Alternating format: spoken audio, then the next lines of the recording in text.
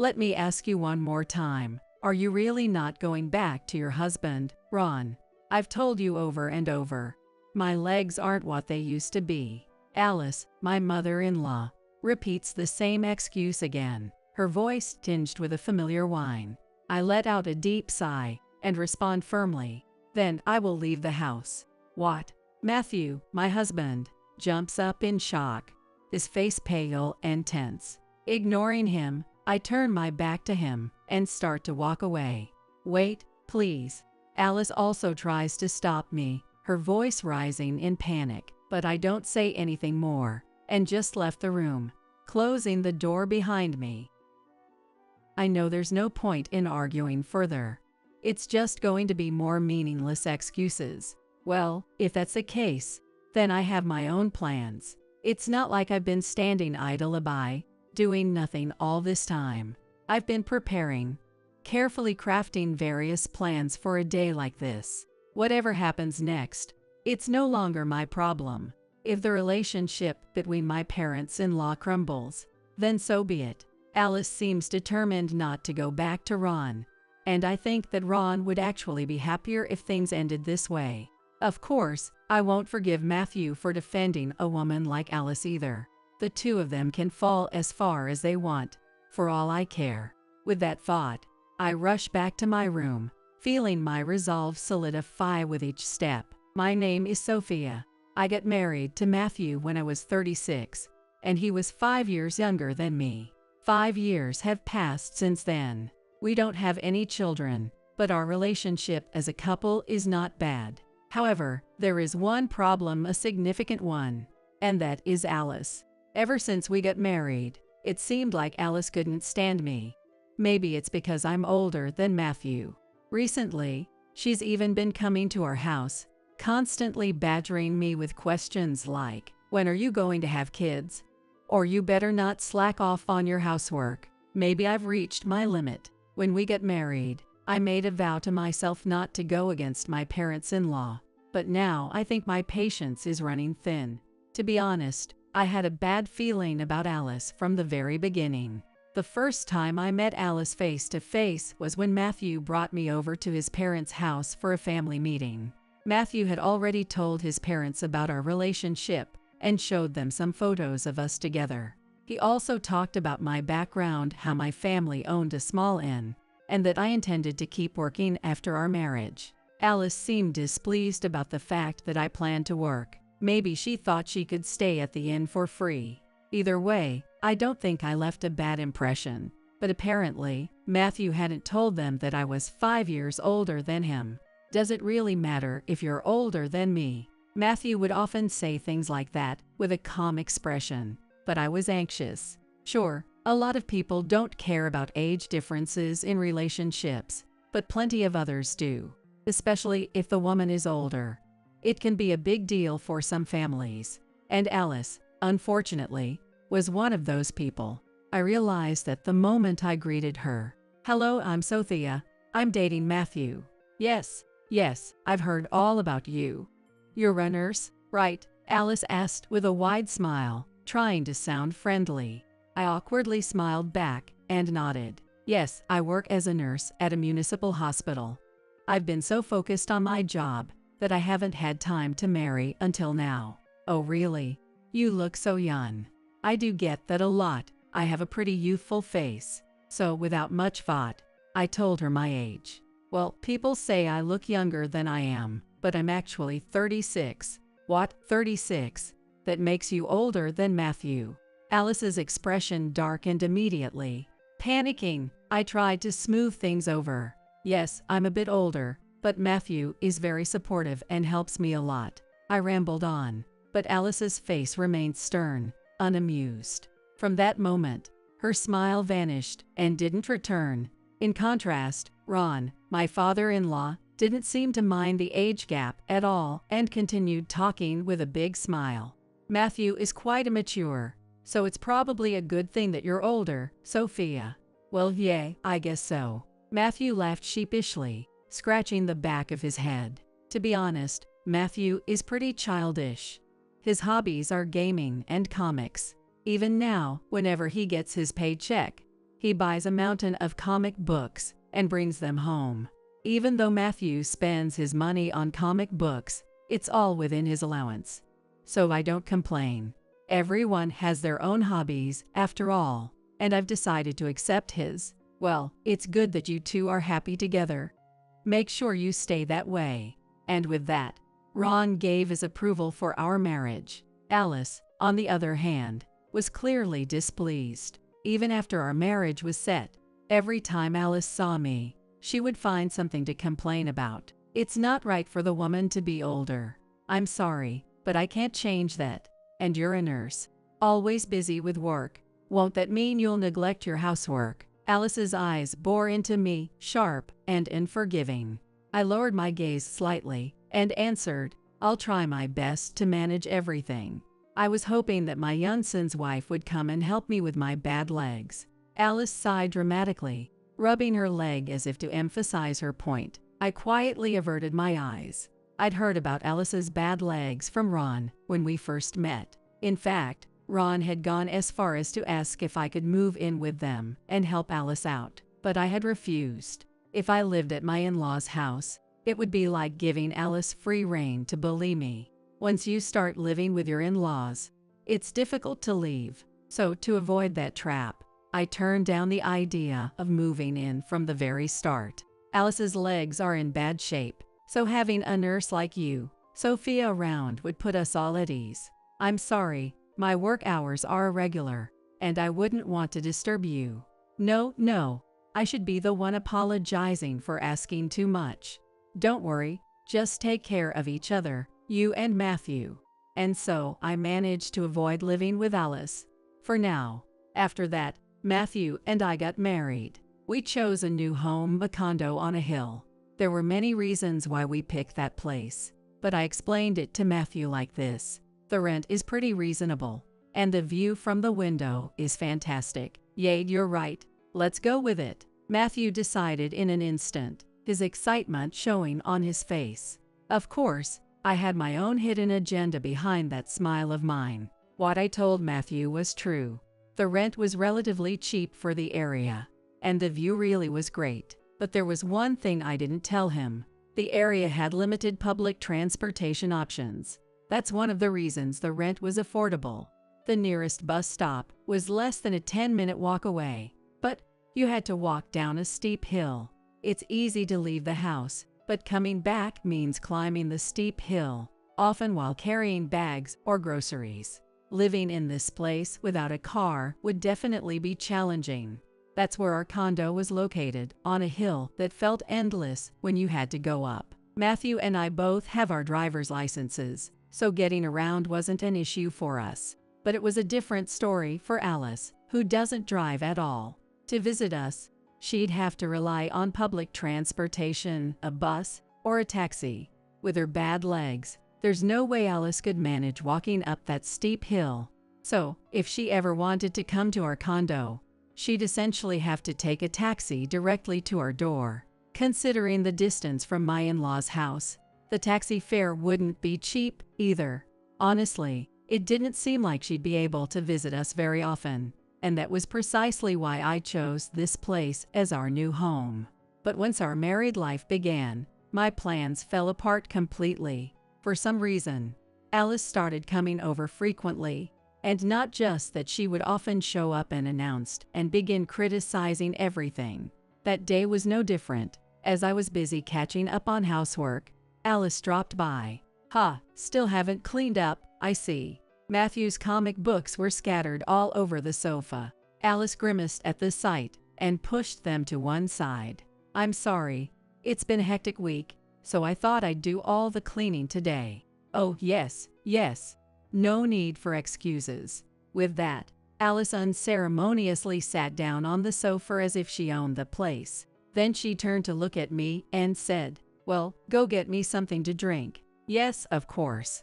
I hurried to make some coffee for her. I also brought out some high-end chocolates that Matthew and I were saving to enjoy together. Oh, these. They look quite expensive, don't they? Yes, well, I got them to enjoy with Matthew. Such luxury for my son's wife. When I first got married, Alice's rant begins. and I brace myself, forcing a polite smile. "Well, I'll be heading home now," she says, standing up. "Oh, yes, of course." I say it with relief, feeling a bit lighter inside knowing she'll be leaving soon. But then, she holds out her hand toward me. "Well, hand it over." What do you mean?" "My taxi fare." "What, are you planning to make me walk back on my bad legs?" "Oh, right, of course." I quickly open my wallet, trying not to show my irritation, and in that moment, Alice swiftly grabs a handful of bills. "This should do, thanks." With that, she leaves, not even looking back, while I stand there, dumbfounded and irritated. After she's finally gone, my anger still simmers. I'll complain all I want now that she can't hear me, I think to myself. Storming over to the window, I look down and see Alice walking away. You've got to be kidding me, showing up unannounced and then demanding taxi money. It was right at that moment when I noticed something strange. Alice wasn't getting into a taxi. She was just walking normally. What? She's not taking a taxi. I rushed out of the room, my heart racing with suspicion. Hurriedly, I ran after Alice, trying to catch up with her. It took a few minutes, but eventually, I spotted her. There she was, standing at the bus stop. I watched from a distance, making sure not to be seen. Soon, a bus arrived, and Alice got on board, riding away. Taxi fare, my foot. She's taking the bus. Mumbling that to myself, the realization hit me. Taking the bus would normally be fine. But for someone who claims to have bad legs, that's odd. Could it be? Was she lying about her legs? From that day forward, I started keeping a close eye on Alice, especially when she came over to our place. I made sure to observe her carefully, and it didn't take long for the truth to come out. Every time Alice visited, she walked perfectly fine. Even when we went to the department store together or ran errands, she moved around without any issue. Alice walked with the energy and agility of someone far younger, showing no signs of any leg trouble. So she's been lying all along about her bad legs. Finally, I knew for sure, but I didn't say a word to Ron or Matthew. I decided to wait for the right time to make my move. For now, I would act like I didn't know a thing. After all, biding my time for the perfect revenge was worth it. And so our married life went on for 5 years. I knew one day I'd confront Alice and set things straight, and then I'd flip the whole situation around in my favor. It was around that time, as I was carefully planning how to make my move, that I got an invitation. Matthew's relatives were having a remembrance ceremony, and I was expected to attend. Of course, as Matthew's wife, I couldn't just sit around doing nothing. One task after another was thrown my way. "Hey, Sophia, stop lazing around and come help with the food preparations." "Yes, of course." I nodded, forcing a tight smile, and made my way to the kitchen. Inside, several women were already bustling around. "Oh, Sophia, is it?" One of the women spoke to me. She looked about my age, and from the way she spoke, it seemed she was also married to one of Matthew's relatives. "Yes, that's right. Alice told me to come help out. You have it tough, don't you? Being married into that family." "What do you mean?" I asked, and the woman chuckled bitterly before explaining. According to her, Alice was quite notorious among the relatives for being strict, especially toward daughters-in-law. Behind the scenes, it was said that she could be harsh and quick to anger. I've been on the receiving end of her wrath myself. "I bet she's hard on you, too, huh?" "Yeah, well, right. Knowing her, she's probably bad-mouthing you right now." Of course, I couldn't admit that I felt the same way. In the end, all I could do was give a forced, polite smile in response. After that, I started helping out with the preparations, doing my best to keep my mind off the situation. A little while later, when I went to open the living room door, I heard Alice's voice loudly coming from inside. "Matthew's wife is just awful. She won't have kids. She's lazy with housework. And on top of that, she's so much older it's the worst." Alice laughed, her voice echoing in the room. But no one else joined in on her laughter. Anger boiling up inside me, I pushed the door open forcefully. Pretending like nothing was wrong, I walked in and started setting the food on the table. I glanced over and saw Matthew sitting right next to Alice. "Matthew, you didn't defend me at all." I continued arranging the dishes, with a scowl on my face. Then, out of nowhere, Alice tugged on my sleeve. "Well, speak of the devil. Here she is, Matthew's wife herself. We were just talking about you." Alice gave me a smug grin, clearly enjoying herself. Without looking at her, I greeted the others in the room. "Hello, everyone. I'm Sophia, Matthew's wife." "What kind of greeting is that? Show some more respect," Alice snapped. But just as she started to say more, Ron, sitting across from Matthew, leaned in and whispered in Alice's ear, "That's enough. I won't allow this to go on any further." "What? Are you siding with her now?" Alice pointed her finger directly at me. Ron, his face stern and irritated, quickly retorted, "It's not about taking sides. The fact is, Sophia has been doing a great job. Is that so?" Alice muttered, clearly unconvinced. "Yes, that's right. And for heaven's sake, close that mouth of yours." Ron's glare pierced through Alice, and she finally fell silent, albeit reluctantly. But that incident ended up being the tipping point. From then on, the relationship between my parents-in-law began to deteriorate rapidly. Eventually, Alice moved into our home, saying to Matthew, "I'll be staying here for a while, okay? Mom, you're always welcome here." Dad never understands me and just criticizes everything I do, Matthew replied, completely on board with the idea. "Well then, Sophia, I'll be counting on you." Of course, I didn't want Alice staying with us. That much was obvious. But I couldn't exactly refuse, could I? And so, Alice moved right in and made herself comfortable. Naturally, she didn't do any housework. The only thing Alice ever did was bark orders at me, and when she wasn't doing that, she was either complaining or helping herself to food and drinks. Honestly, it was infuriating. I couldn't stand her presence, and I wanted her out of the house as soon as possible. "Alice, since you're staying with us, would you mind helping out with some of the chores?" I asked, hoping for some cooperation. "Housework is your job." "What are you saying? Don't act so high and mighty," she snapped back. She didn't even pretend to listen. I was completely at a loss, struggling to keep my patience. That's how things went on for 2 weeks. Finally reaching my breaking point, I confronted her. "Alice, it's been 2 weeks already. Can't you make up with Ron?" If Alice apologized, I was sure Ron would forgive her. All I wanted was for her to apologize and go back to her own home. But when I suggested this, Alice didn't listen. Apparently, Ron had scolded Alice. She wasn't doing her part around the house, either. Before criticizing me, Ron told Alice to take care of her own housework, and it seemed that was exactly what she didn't want to hear.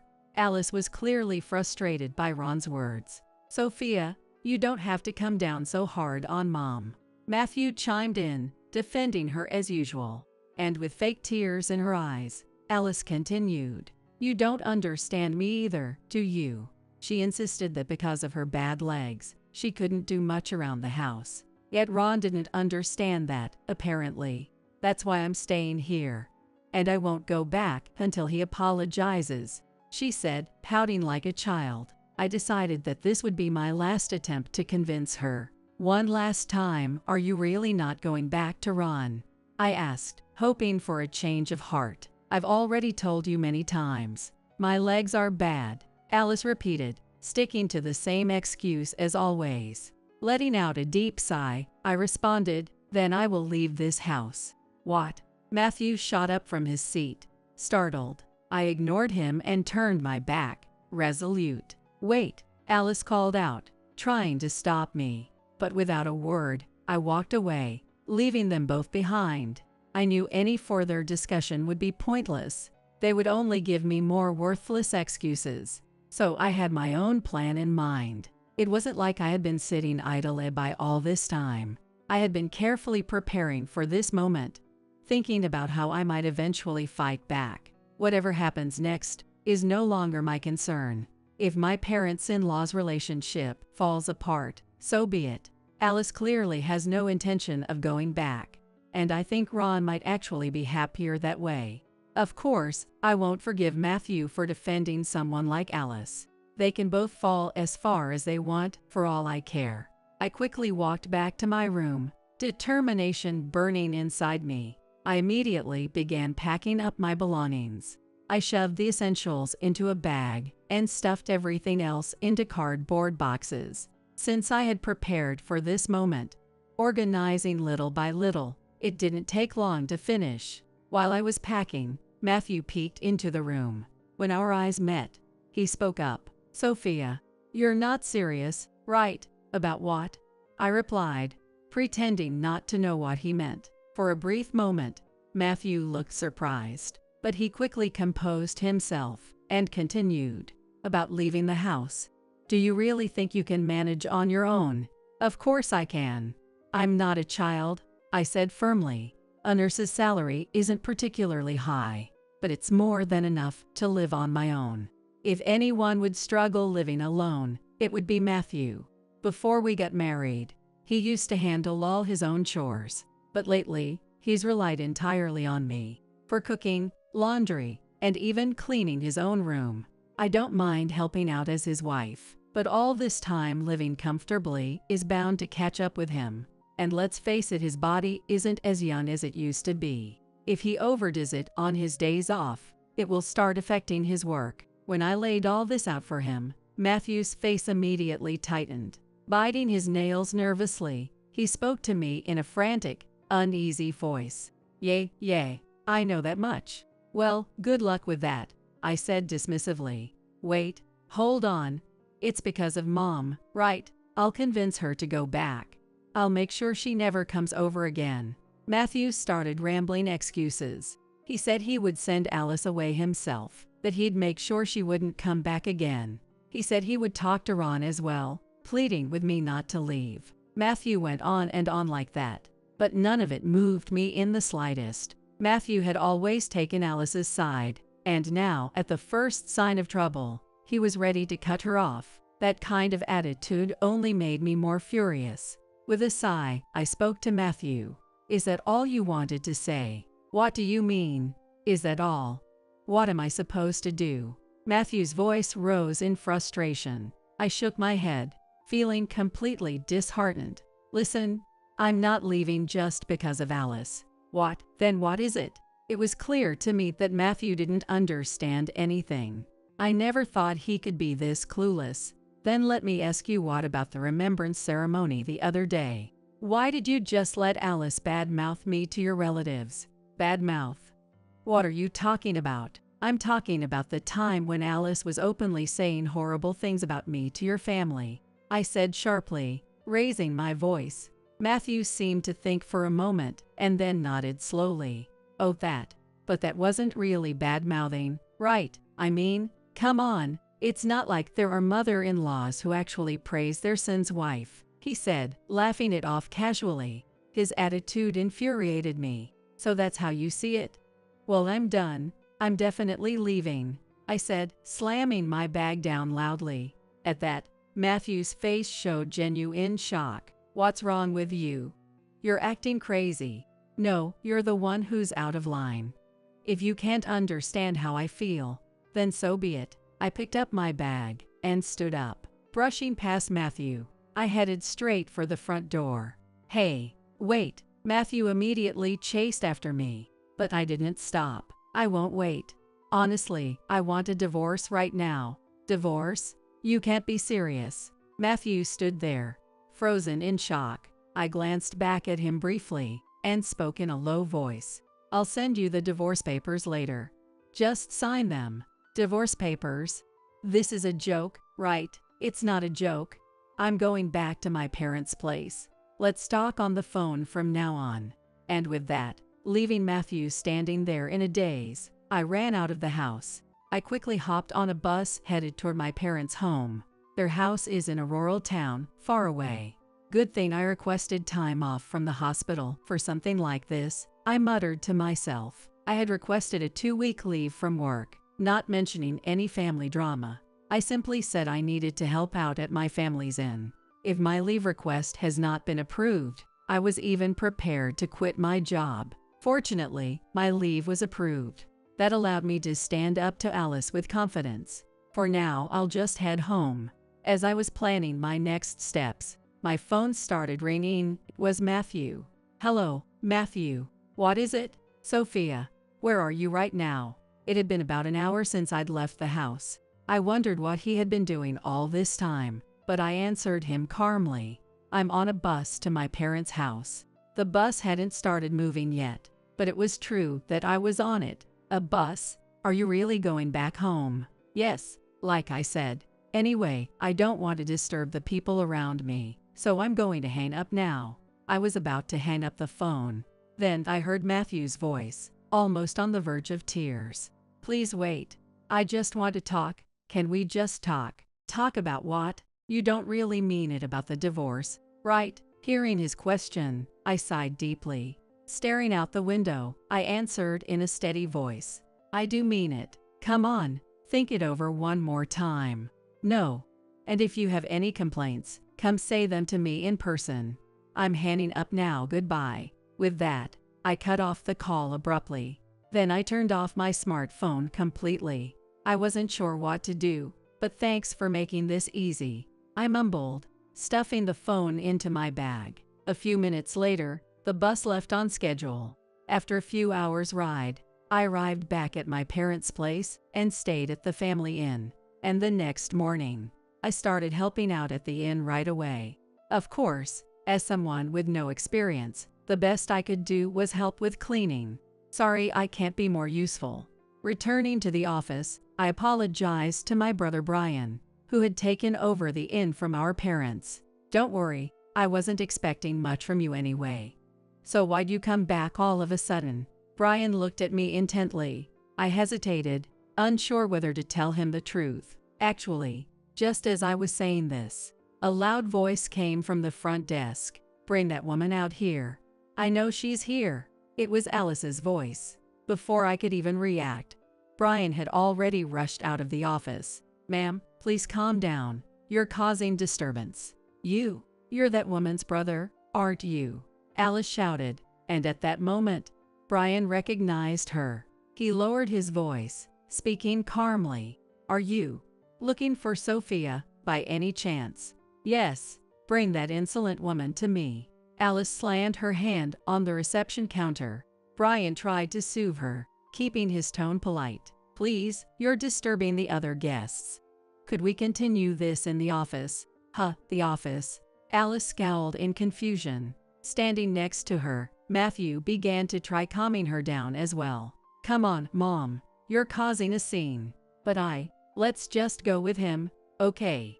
Matthew gently nudged Alice's back. Brian, with a tense smile on his face, led Alice and Matthew to the office. Soon after, Alice walked into the office. At that moment, our eyes met.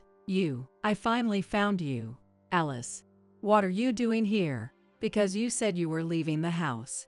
Alice started complaining loudly, her words sharp and incessant. I barely listened, letting her voice wash over me without much thought. Seeing our exchange, it seemed that Brian quickly pieced together the situation.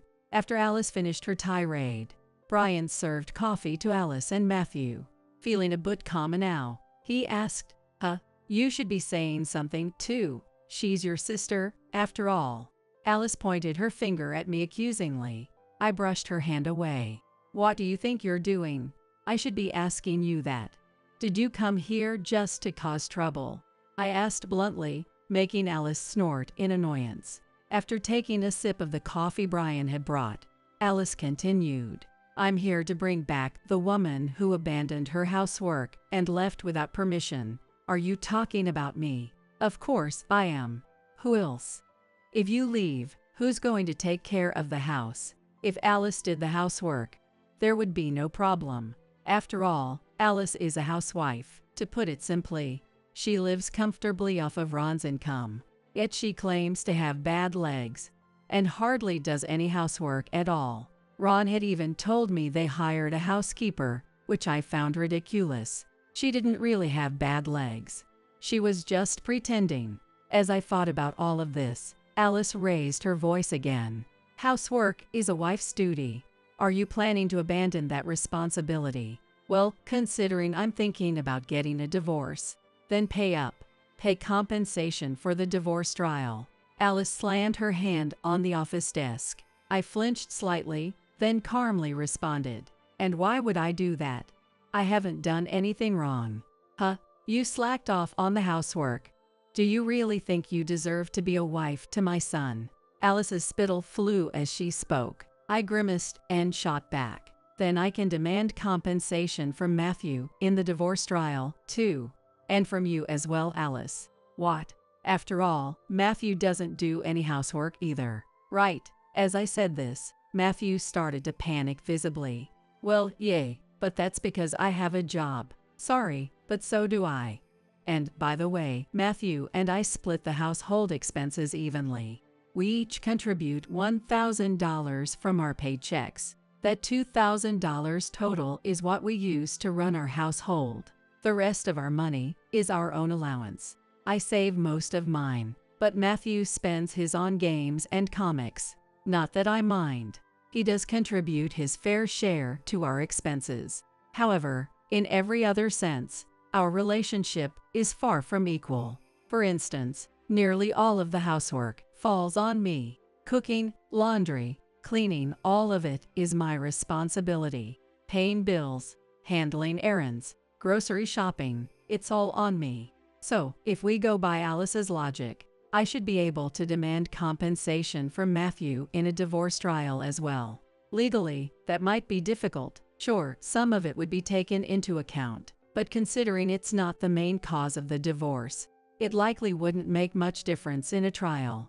The real problem is Alice's constant interference in our married life. She uses her status as my mother-in-law to impose all kinds of pressure on me. That's the real issue, isn't it? I asked. And Alice fell silent. I glanced over at Matthew, who quickly looked away. Is that what you do when things get inconvenient? Just stay quiet. Anyway, I'm sorry about Mom. I apologize, so please come back. Matthew pleaded earnestly. I rejected him immediately. No way. Why not? I'm apologizing, aren't I? His apology didn't mean anything to me, because the problem wasn't just Alice. Even though I had told him that yesterday, Matthew still seemed clueless. He looked at me, his face full of confusion. How can he be so oblivious? My irritation grew. Then Alice spoke up. First things first, come home. Even if you're getting a divorce, you can't just leave your things there. Those are, clean up the house before you leave, pack your things, and make sure everything is tidy before you go. If you're leaving, then leave everything spotless. Alice started spouting some nonsensical logic. I didn't know how to respond, so I decided to play my trump card and reached for my smartphone. What are you doing? Oh, just a moment. I gestured for Alice to wait while I sent a message to someone. Enough of this. Are you even listening to me? Alice's irritated voice rose as she shouted at me. I instinctively closed my eyes. But then, the office door was knocked upon. Without a word, Brian quickly stood up and walked to the door. When he opened it, someone stepped in. As soon as he saw Alice, the man spoke with a sigh. What are you doing here, making a scene? The man who entered the office was Ron.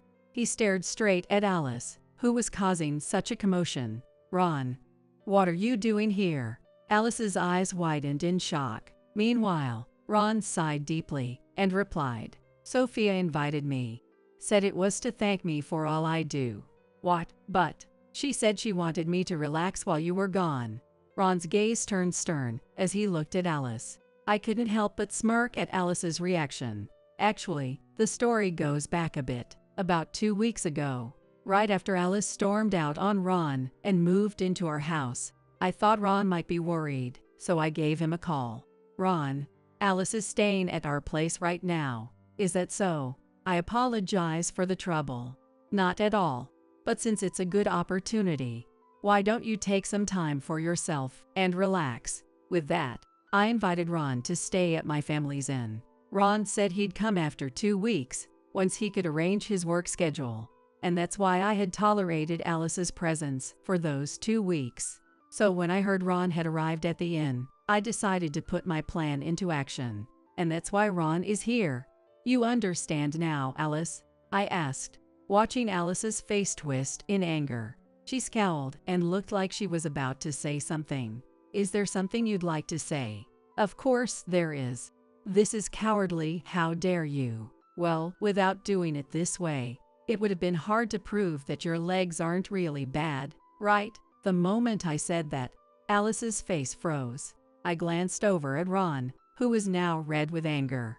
The reason for that was simple: the location of the inn itself. Our family's inn is in a rural mountain town.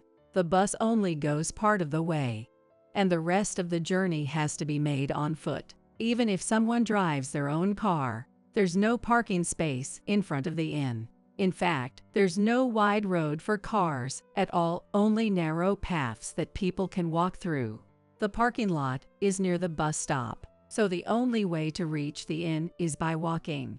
It's just a 5-minute walk, but it's on a mountain path. Naturally, all the guests who stay at the inn have to walk there. Alice must have walked all the way here as well. It's not a steep path, but you walked a mountain trail just fine, didn't you? Despite your bad legs. I flashed a sly smile. Alice turned her face away, as if caught off guard. How did you get here? Ron asked. Well, were you lying about your legs this whole time? Ron's voice rose in anger. At that moment, Alice was visibly startled. No, it's not like that. I mean, I've heard enough. Were you deceiving me all along? Ron's question left Alice speechless. He, on the other hand, let out a deep sigh. I'm done with you. It's over. Divorce, he said softly, almost in a whisper, before walking out of the office. Wait, please, it's not like that. Alice desperately chased after him, but I stayed silent, just watching. A moment later, I heard Alice scream loudly. No. What? I rushed out of the office to find Alice sprawled at the bottom of the staircase, clutching her leg. Ouch, it hurts. She was holding her leg, and it looked like she had fallen while trying to catch up to Ron. In the end, Alice was taken to the hospital.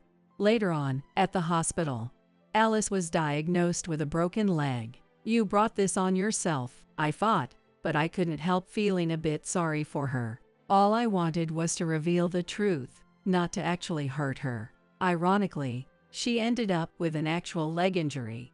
But anyway, with Ron stepping in, my divorce from Matthew became final. Since breaking her leg, Alice had been living in a wheelchair. With Alice out of the way, all that's left is to find a new place to live. For now, I got Matthew to sign the divorce papers, but I hadn't found a new place to live yet. So my things were still at Matthew's house, and I was staying in a hotel while searching for a new home.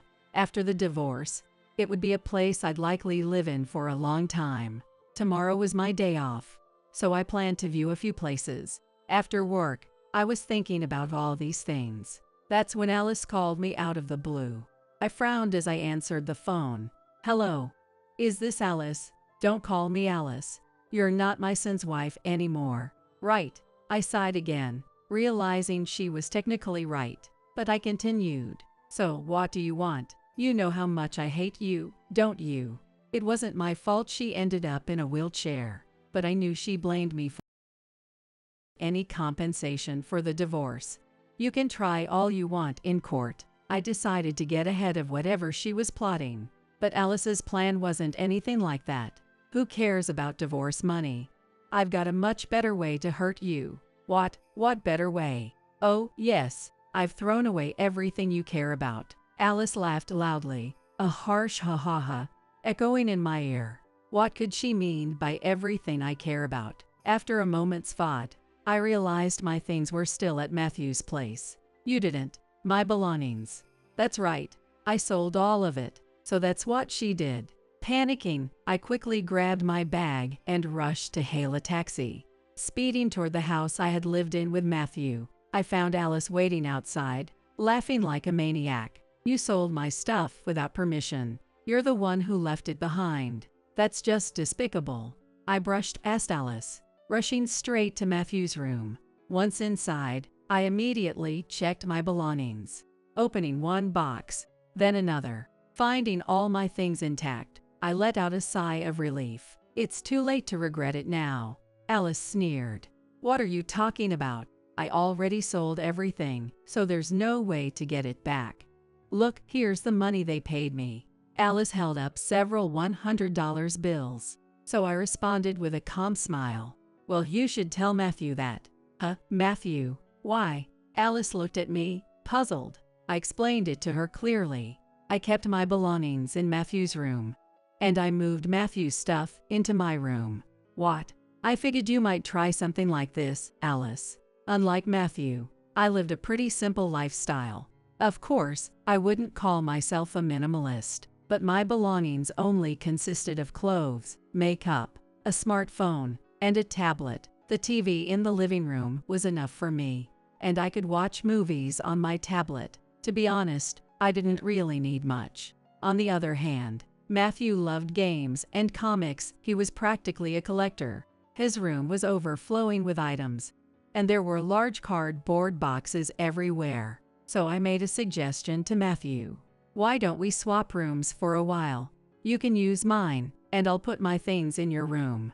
Needless to say, this was after our divorce was finalized.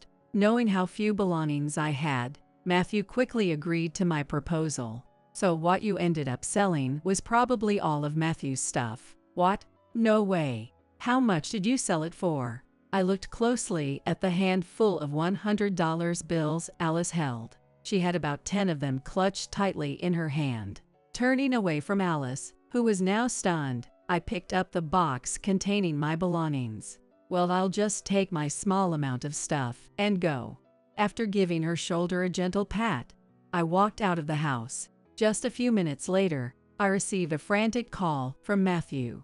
He was asking about the whereabouts of his belongings.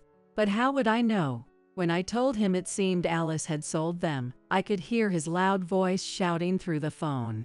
Meanwhile, Alice's voice could be heard yelling back just as loudly in the background. It was clear who was at fault. After listening for a while, I gathered that Matthew had finally decided to cut ties with Alice. Following that, as Ron had declared, my parents-in-law got divorced. However, Alice was abandoned by Matthew as well. In the end, with nowhere else to go, Alice ended up living on her own. She was a bit too young to qualify for her pension, and it's not like she had any savings to fall back on. Desperate, Alice tried to move back in with Matthew.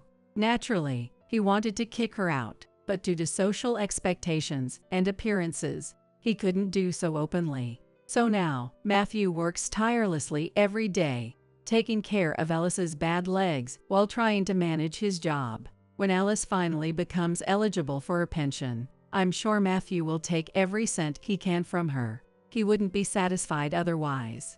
And as for Alice's leg, considering her age, it's unlikely to ever fully heal. There's a good chance she'll remain in a wheelchair for the rest of her life. Matthew mentioned this to me when we were discussing the divorce settlement. Well, they both brought this upon themselves. It's no longer any of my concern. As for me, my divorce went smoothly, so I was able to continue working as a nurse. I can't say I'm ready to think about remarriage just yet, but if the right person comes along, who knows? I feel bad for all the trouble I caused. Maybe I can introduce you to someone, Ron said at one point. Please, don't worry about it. Besides, how's living on your own going? I replied. Oh, I'm fine. I had been using a housekeeping service anyway. Ron laughed as he left, but there was a hint of sadness in his demeanor. I wondered if he was truly looking forward, and when I thought about that, I felt a surge of energy within myself. All right, I'll do my best, too, I said aloud, almost as if to convince myself. Then I firmly set my sights on the path ahead. That woman, she's always been a liar. Ha ha ha. Cancer. How exaggerated. She just wanted to skip work. These were the words spoken by my sister Amber's husband, Rodney. and her mother-in-law, Ramona. Amber is not someone who would lie. I can attest to that, having spent 25 years with her. I utterly despise the two who could say such things to Amber, who is suffering from cancer and urgently needs treatment. It was unforgivable. I felt a strong need to save Amber. I am Selena, 25 years old, working in sales since graduating from college. I managed to join my first choice company, so my mind is always occupied with work. Selena, did you do overtime again today? Don't overwork yourself and get sick. That's what my dad, who has been a company employee for many years, often says out of concern. Dad is kind, has a big heart, and generally doesn't sweat the small stuff. He rarely gets angry, but when he does, it's truly frightening. I remember pushing a friend during a fight in elementary school. The friend fell and got hurt, and it wasn't serious, but my parents were called to the school.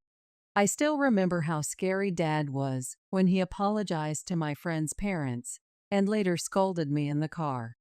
He didn't yell, but his angry face was unimaginable from his usually gentle demeanor. I had thought it was my friend's fault for the fight, but Dad must have realized my reluctant apology. After being scolded by Dad, I understood the severity of my actions and regretted them. Mom passed away from an illness before I entered elementary school. I don't have many memories of her, but Dad raised me with plenty of love while working, so I never felt lonely, even on his rest days. My sister Amber, who is 5 years older, has always been the one I can talk to about anything. Despite the age difference, she has been like a friend and sometimes like a mom to me. Selena, you've got someone you like, right? How did you know? I'm thinking about confessing. I could tell Amber things I couldn't say to Dad. Amber and I have never fought. I adore her.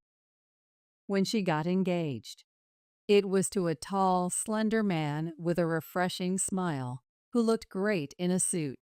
He had visited our house a few times, and I had met him on those occasions, but I'm Rodney, and I'm dating Amber. Thank you for having me. He had visited our house a few times, and I had met him on those occasions, but he greeted me with a refreshing smile each time. She seemed so happy since she started dating Rodney. I've been proposed to. Congratulations. I'm so happy for you. I cried when she told me about the proposal. I was a bit sad we wouldn't live together anymore, but overjoyed for her happiness. Dad felt the same. He cried when Amber told him about her marriage. I'm sorry for the hardships I caused you since you were little. I'm happy you found happiness. Congratulations. Amber and I were surprised to see Dad's tears, as we had never seen him cry before. When Mom passed away, Amber was in elementary school. She used to go straight to the kitchen after school and learn to cook from Grandma, who occasionally visited. By middle school, she was making dinner as if it were the most natural thing. She never complained, even though I knew she missed out on playing with friends. Dad might have felt guilty about it. Later, Rodney came to a family meeting. He brought sought-after sweets for me and a rare brandy for Dad. I thought he was perfect. I promised to make Amber happy and never make her cry. Thank you. Rodney greeted us politely. Dad also looked relieved. I felt confident that Amber would be in good hands with him. I learned then that Rodney was the heir to a prestigious hotel. After the greetings, they happily got married. Just before Amber left home, I found out she was going to live with her in-laws. Are you sure that's okay? Won't there be harassment like in dramas? As newlyweds, wouldn't it be better if you lived alone? Selena, you worry too much. Their house is big enough for them to have their own space. Did Ramona seem like the type to harass her daughter-in-law? Indeed, I had met Rodney's parents at the wedding, and both were very cheerful and friendly. They were greeting everyone at the venue. Please take good care of Rodney, and even poured me a drink. I felt reassured, thinking that if Amber said it was okay, then it must be. Amber was able to continue her job, though the commute became a bit more challenging. I felt a bit embarrassed for worrying too much. On the day we sent Amber off, I felt happy but also lonely, and I found myself crying in bed. Half a year passed.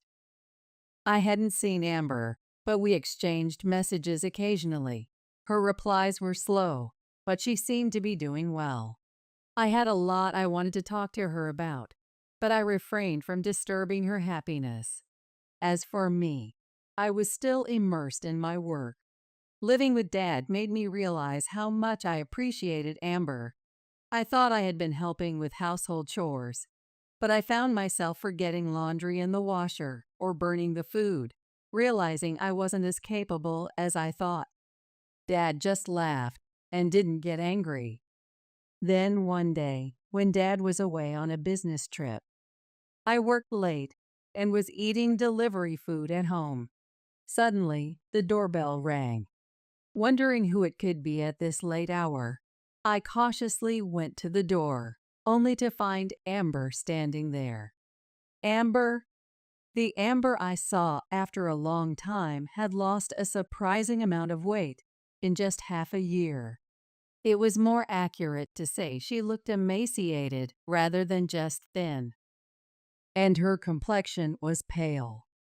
As I rushed to her, she collapsed into my arms. I instinctively hugged her. I took the exhausted Amber to my room and put her to bed. There were many questions I wanted to ask, but I thought it best to let her rest first. Selena, I'm sorry. Amber kept apologizing. It's okay. Just rest for now. We'll talk after. I rushed to the convenience store, bought her some drinks and fever-reducing sheets, and handed them to Amber. What happened? When I asked Amber, I have cancer, but they won't let me go to the hospital.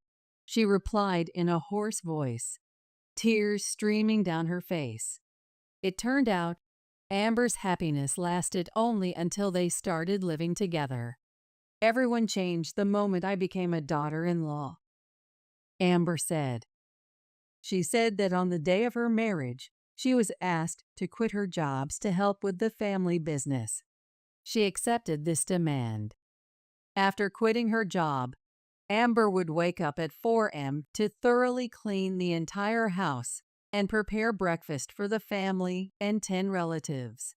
Then she would help at the hotel until the evening, followed by making dinner for everyone, doing the laundry, and completing the remaining household chores, not going to bed until late at night. She was only getting about 3 hours of sleep each night, which made my overtime seem trivial in comparison. Moreover, she had no days off. Every day, she faced bullying by Ramona, who meticulously checked every household and work task. Rodney, too, had changed drastically from his kind demeanor before marriage, becoming authoritarian. He didn't help Amber against Ramona's bullying, often siding with Ramona and being harsh. Additionally, Amber had a health checkup before quitting her job, where cancer was detected. Fortunately, it was found early, and she was told that immediate surgery could cure it. However, her family didn't believe her.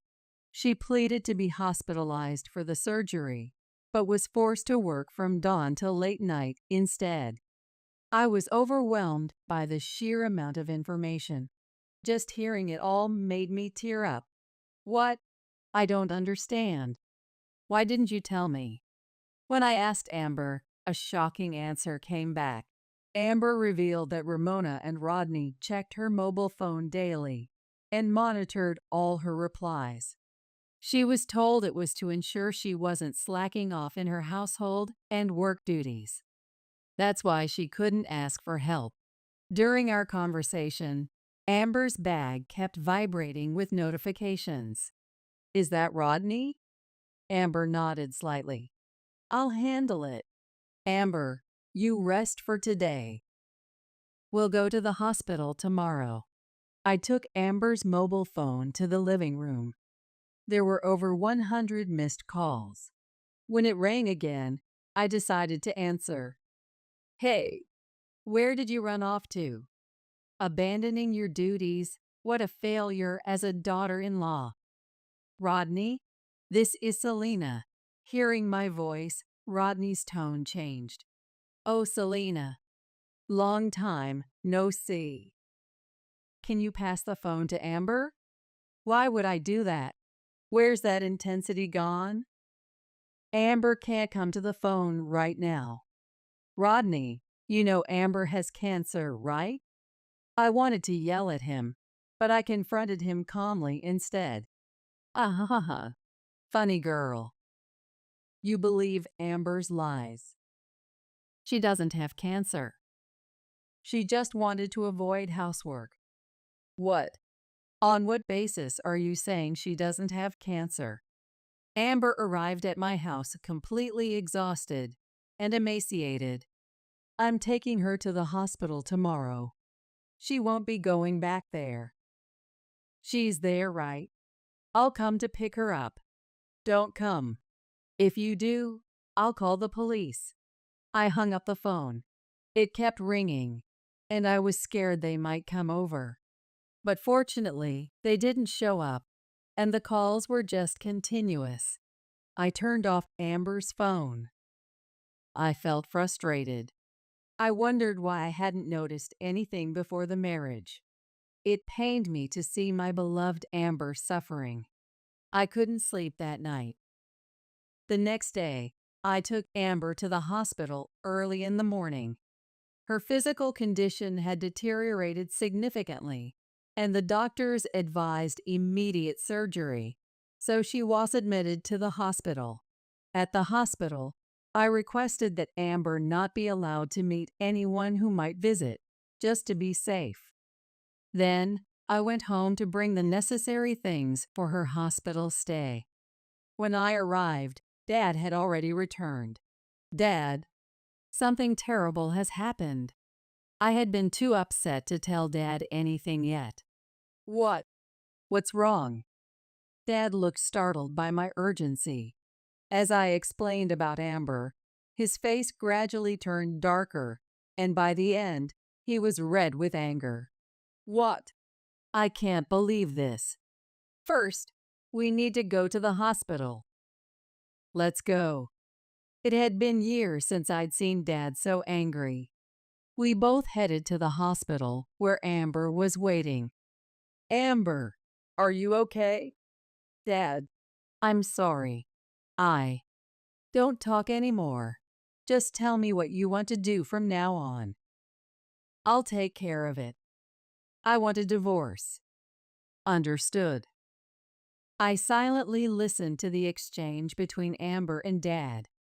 As Dad was about to leave the room, I started to follow when I determined to help her. Selena. Wait. Take this. Amber handed me an envelope. What's this?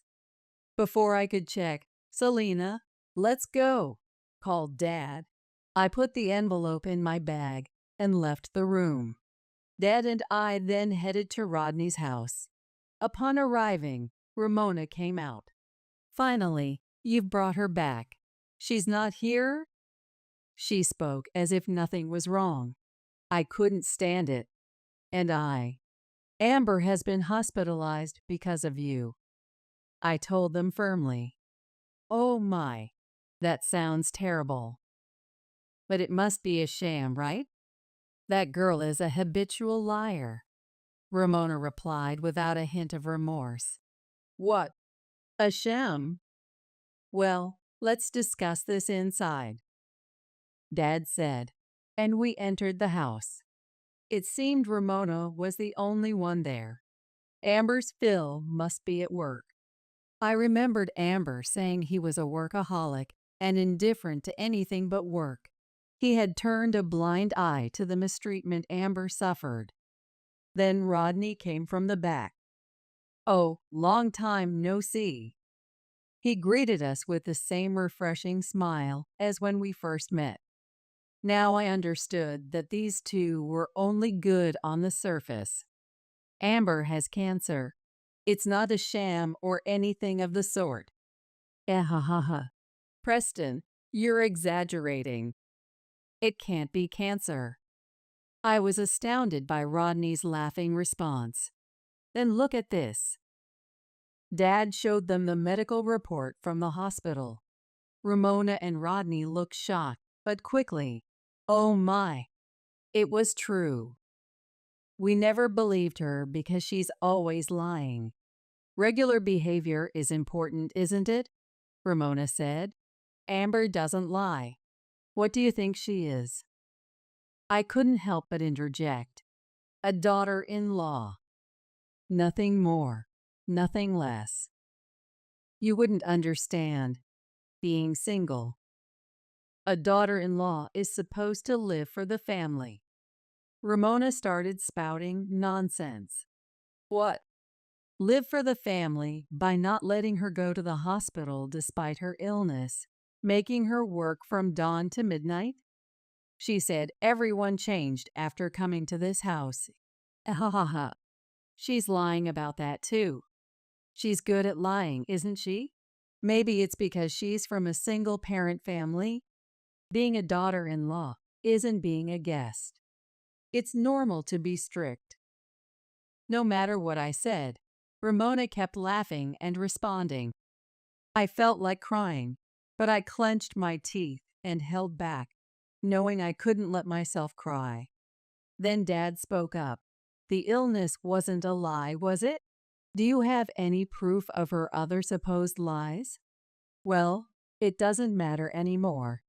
It's clear from this conversation that you're unreasonable. We cannot leave Amber in this house. We will proceed with the divorce through a lawyer, as Amber wishes, he said. He seemed calm, but I could tell he was trembling with anger. Preston, please wait. Let me see Amber. I'm sorry for not believing her illness, but as Mom said, Amber often lies. And the claim that Mom was harsh and made her work from dawn to midnight is false. I think we can sort it out if we talk. Please let me see Amber, Rodney pleaded with Dad, apologizing deeply. I was appalled that he still called Amber a liar. And then listen to this. I played a voice recording.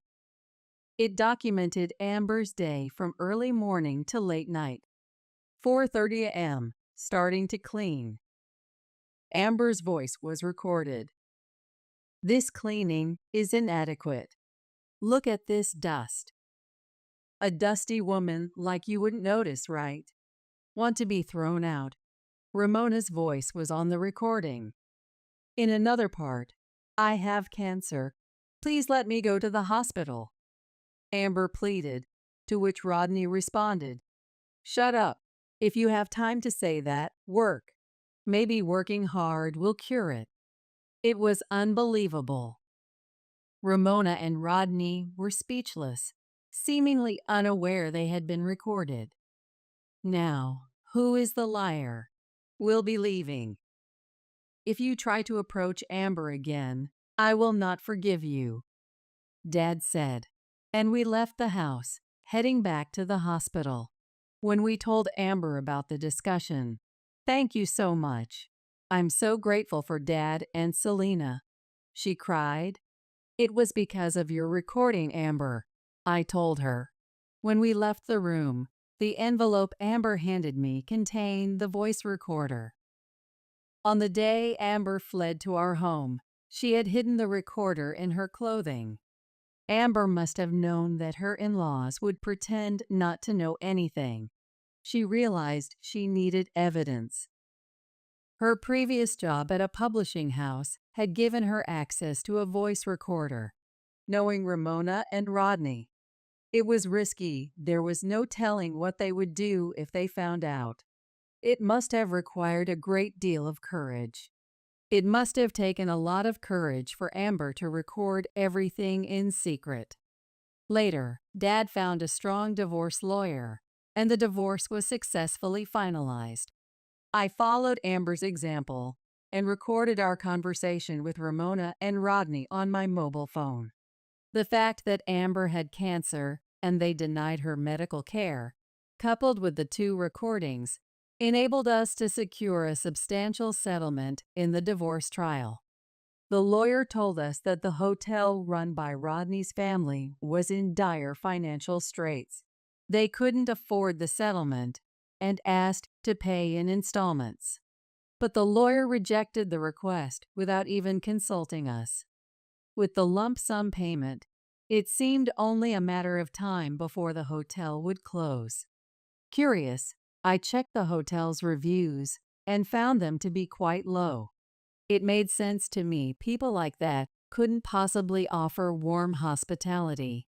A friend living near the hotel told me that neighbors had overheard our conversation with Ramona on the day Dad and I visited. In a small town, rumors spread quickly, and it seems they were now viewed coldly by the community.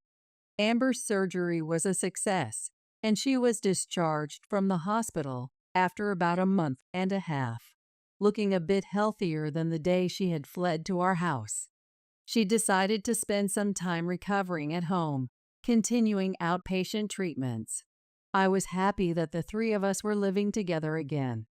I'm thinking of making Dad's favorite steak today.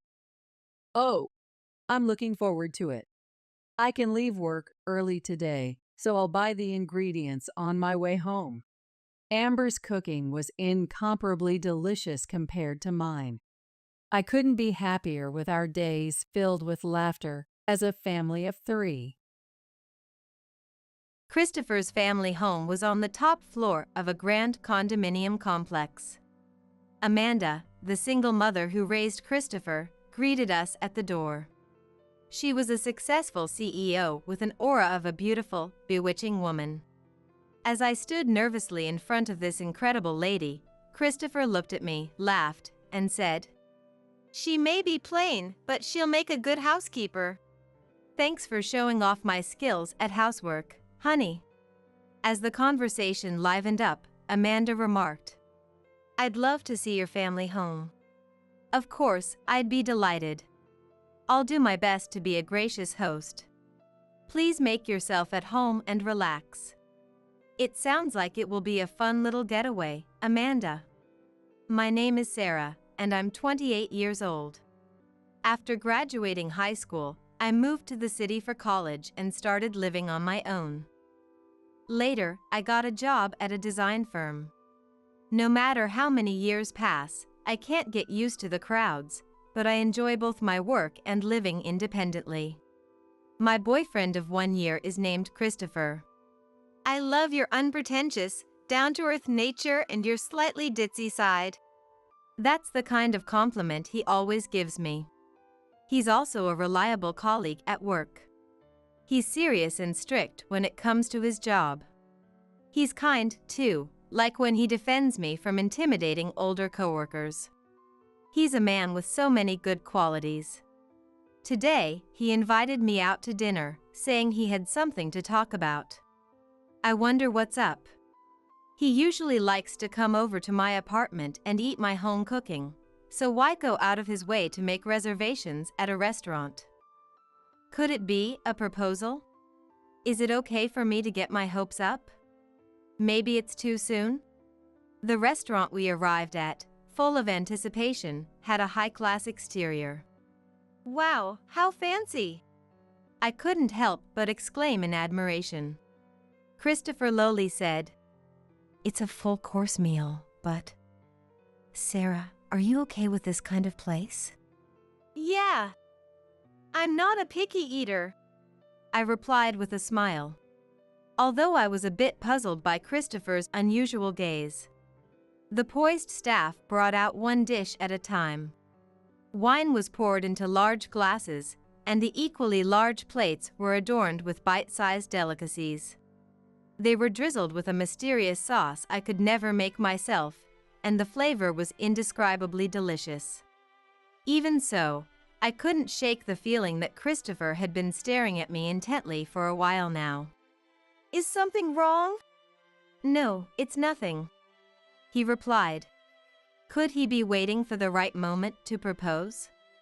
I felt like my heart might burst with anticipation before the end of the course. As dessert arrived, Christopher said with a smile, "You passed." "Passed what? And was there a possibility of failing?" "I was evaluating you," he explained. "What do you mean?" "Your cooking skills are decent, you're neat and tidy, and your table manners are impeccable. You're simple and modest, but those are desirable qualities in a wife." He took out a small box and showed me the contents, much to my surprise. "I want you to marry me." I knew it. As my eyes sparkled with joy, Christopher slipped the ring onto my finger. "I'd like to introduce you to my parents. I want you to come to my home. You'll meet them, won't you?" I had no reason to refuse. I nodded, gazing dreamily at the glittering ring. Christopher told me he only had his mother, Amanda. His parents had divorced when he was in elementary school. His mother raised Christopher as a single mom. After the divorce, she started a diet food company on her own, and its mail order sales are top class. She's now a female CEO with 10 employees. Apparently, there's a secret to business that only Amanda knows. I wonder what kind of person she is. I'm looking forward to meeting her. The day arrived quickly. It's my first family meeting, of course, so I'm really nervous. I have to make sure I don't do anything rude. I chose a dress that was more elegant than usual.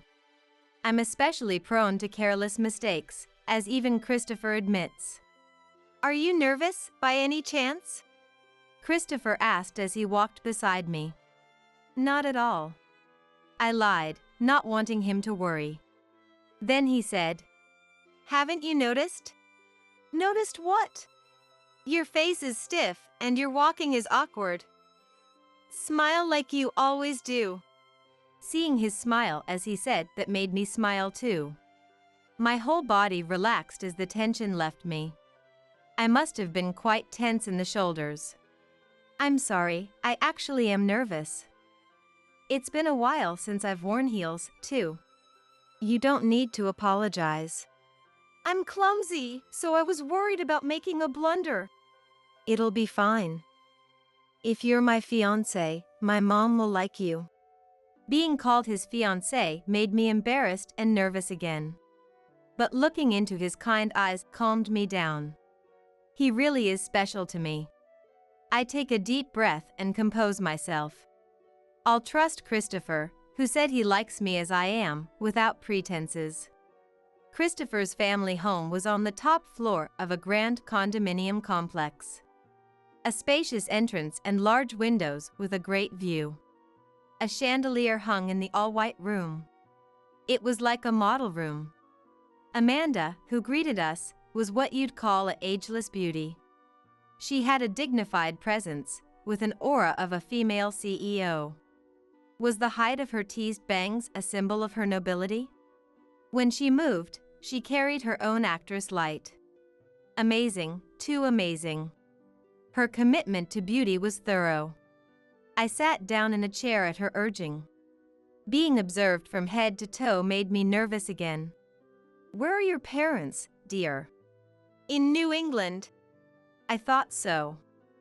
You have a country face." "That's amazing." "You can tell?" "Well, yes. You're plain, after all." Amanda stared intently at my face. I stared back, wondering if I could hide my country face if I put on makeup as carefully as her. Her false eyelashes fluttered dramatically. "Christopher, is this the type of girl you like?" Haha, she may be plain, but she'll make a good housekeeper, Christopher said, showing off my housekeeping skills. That's right, we'll need her to at least be a housekeeper, Amanda chimed in. These days, it's normal for women to work and do housework. If you think you can rely on your husband, you're sorely mistaken. You should learn from me, who succeeded as a CEO while raising a child alone. I nodded as I listened to her. I have great respect for women who have their own opinions. Personally, I believe that a married couple should help each other. But it's okay for everyone to have their own ideas, right? Do you have any special skills, dear? I'm good at cooking. I learned from my family. I see. I focus on nutritional balance and use ingredients without wasting them. I put a lot of thought into it. Ah. I see. You're just as I imagined. Really? That makes me happy. Well, you do have a poor-looking face. A poor-looking face? Is that a compliment? Christopher, sitting next to me, had his usual smile on his face. Hey, just now. What's wrong? No, it's nothing. Maybe I misheard her. Surely she wouldn't call me poor to my face when we just met. I hate being patient, you know. Huh? I hate it, so I worked hard to become rich. I see. Before I knew it, Amanda was holding a large wine glass. She downed the vivid ruby-colored liquid in one go. Is she drunk? For me, wine is like water. Is that so? It's a CEO's taste. Is that right? You're 30 years too early to talk about wine on the same level as me. I see. That's right. Don't you think it takes a lot of money for a person to mature like fine wine? Huh? Is that so? What do you think? I'm not quite sure what she's talking about. For now, I'll just ignore the wine talk. My parents taught me that money should be used carefully. Ha! That's good. You should use your money carefully and little by little, just as your parents told you. When the time comes, quit your current job and come help out at my company, okay? I'll think about it. Just to be clear, it's helping out, okay? You understand? Don't expect to be paid. Oh, so that's what she meant. If it's just helping out, I probably don't need to quit my job. It shouldn't be a problem. Yes. I understand. Good answer. When the time comes, I'll teach you the secrets of business that only I know. Are you sure? Thank you so much. Ho ho ho, you're so naturally amusing. I bet you grew up in a laid-back countryside. I'd love to see your family home. Sure, why not? Huh? Please come visit my family home. If it's Amanda's request, I definitely want to fulfill it. I invited the two of them to my family home. They're going to be relatives, so I'm sure my parents back home will welcome them warmly. But for some reason, she refused. Why not? That's not what I meant when I said that. She said she wanted to see it, so there's no need to hold back. I won't give up. Come on, please come visit. No way, the countryside is so inconvenient, right? But didn't you say you wanted to see my family home? Well, yes, but I'll do my best to be a great host. We have freshly picked vegetables and fruits. They're delicious and good for your beauty too. But we can pick lots of truffles, and you can eat as much as you want. What? I can eat truffles all I want. Hearing that, Amanda happily agreed. When I called my parents, they were of course very welcoming. You're bringing your fiancé? How exciting! My mother, Megan, was surprised but overjoyed. What? His mother is a CEO? We have to make sure not to be rude. My father, Brian, was flustered. I'm looking forward to it too. Please take good care of them. I asked them to provide a polite reception for my future husband and his particular mother. The day before our departure. Hey, what kind of place is Sarah's family home? Christopher asked. What do you mean? It's just normal. I'm not good with the countryside, you know. What? I was shocked. That fact can't be changed. It must be inconvenient to get around, right? Shopping and stuff must be a hassle too. That's true. I definitely wouldn't want to live there. I couldn't respond. Was he always the type to say things like this? Having my hometown casually insulted hurt me a bit, I have to admit. I decided to ask him about something that had been bothering me these past few days. You've been kind of different lately. What do you mean? Ever since we went to your family home for the family meeting, your attitude has been cold, or maybe harsh. You've been saying more things that concern me. He let out an exaggerated sigh. I'm amazed by you. I was just stating my opinion. I'm sorry, I didn't mean it like that. If you're going to be my wife, you should understand me, right? You're right. This is why people from the countryside are. What should I do? I put him in a bad mood. I said it the wrong way. Being from the countryside and understanding your future husband are unrelated, aren't they? I still don't feel satisfied, but tomorrow is already the day we leave. Just like I was, maybe Christopher is nervous too. I'm sure that's it. It's okay, don't worry. I've already made preparations. And my parents are so kind, I'm sure they'll make him feel so at home he won't want to leave. Let's overwrite that negative image of the countryside. Departure day. Of course, we specified business class for the flight, and we're finally heading to my family home. I was tricked by the truffles. I shouldn't have said I'd go. Amanda kept muttering to herself. She must be tired from work, poor thing. If she sees the clear air and wide open skies of the countryside, I'm sure she'll feel refreshed. The countryside is nice in a different way from the city. Huh? I think you will like it too. Like what? I bet even if you want to go shopping, there aren't any decent stores, right? That's true. Plus, it takes quite a while by car.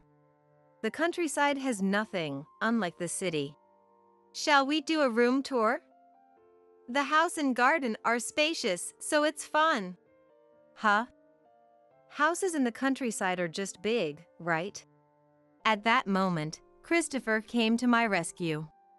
Now, Mom, let's at least go see it once. Well, I suppose so. After all, we'll be relying on her as a daughter-in-law from now on. Exactly. If Christopher says so, I guess I have no choice. Thank goodness. Thanks to Christopher, her mood seems to have improved. But I'm envious of how close they are as parent and child. They told jokes to make me laugh several times before we reached our destination. Christopher suddenly said to me, I'm always troubled because you are so easygoing. To which Amanda jokingly replied, Isn't it because of the time difference between the countryside and the city? Ahahaha. There's no time difference, that's funny. I know that. Sheesh. She really has a great sense of humor. Later on, Christopher said, Mom, the luggage looks heavy, and I'm heavy too. And Amanda chimed in. Yes, I wonder if there's a daughter-in-law somewhere who can carry our heavy luggage. They seem to be in a pickle. Yeah, I wonder where. What a truly troubling problem indeed. Where could we find a daughter-in-law who can carry lots of luggage? We had a fun time with that kind of banter. Perhaps because of the long journey, the two of them seemed to be in a bad mood. I should let them relax at my family home soon. When the plane arrived at the airport, a car from my family home was there to pick us up. "Welcome back," the driver said as he opened the door. Christopher seemed curious about the driver and asked, "Is that Sarah's dad?" "No, it can't be, right?" So I replied, "Yeah. He's our private driver." They looked surprised when I said that. "Private driver?" Hearing that, Amanda said, "They probably hire one because you can't go anywhere without a car in the countryside. It's not unusual there. I bet your parents surrendered their driver's licenses." "I see, that makes sense. My parents are still going strong with cars and other vehicles, but there's no need to correct her every little thing." After driving for a while, familiar scenery came into view. "We're here," I said. "Huh? Where?" "There's still more to go, right?" The two of them looked around. At first glance, it looked like a tree-lined path, but we had already passed through the gate to the house. "Wait, we're already on the property?" "Yes, we'll drive a bit further. It's quite a distance to the front door. It's like we're in a forest." "That's right. The gardener takes care of it every day, but it's still not enough." "Well, it's the countryside, so it's not unusual, right?" "I wonder what's wrong." Her voice is trembling. Could it be car sickness? When the car stopped at the front door, she stared at the building with her mouth agape. I'm worried she might be feeling unwell after all. "Amanda, are you okay?" "This is your family home?" "Yes. It was just rebuilt, so it's new." Next to her, Christopher muttered, "It's so huge." "It's 0.2 acres, but since it's only one story, it's nothing special. It's like a maze, so it's fun. It's just big, that's all." Seeing the woman who greeted us, "Welcome back," while taking my luggage at the front door. Christopher asked, "Who's that?" "That's Hannah, our housekeeper." "Housekeeper?" The two of them stared intently at Hannah as she greeted them. "She's also my teacher who taught me cooking, sewing, piano, and violin." "Then it's no wonder you have good table manners." "It's the countryside, so it's not unusual." "Mom, do people in the countryside usually have housekeepers?" "Be quiet. You're being unsightly. If you're my son, carry yourself with confidence." "Okay." "After all, you're just a country bumpkin." "That's right, that's why." "Well, I know you must be tired, but let's go on the room tour we promised right away." I have nothing to hide, so I want them to see everything. First is my father's prized art collection. Apparently, it's valued at $50,000. Then there's the theater room, sauna, and private gym. Oh? Is this a study? It's locked. Looks like they've added on again. Every time I come back, there are more rooms. "You said your house was normal, but there's no way it's normal with such a big house. Are you rich?" Christopher asks as we walk down the long hallway.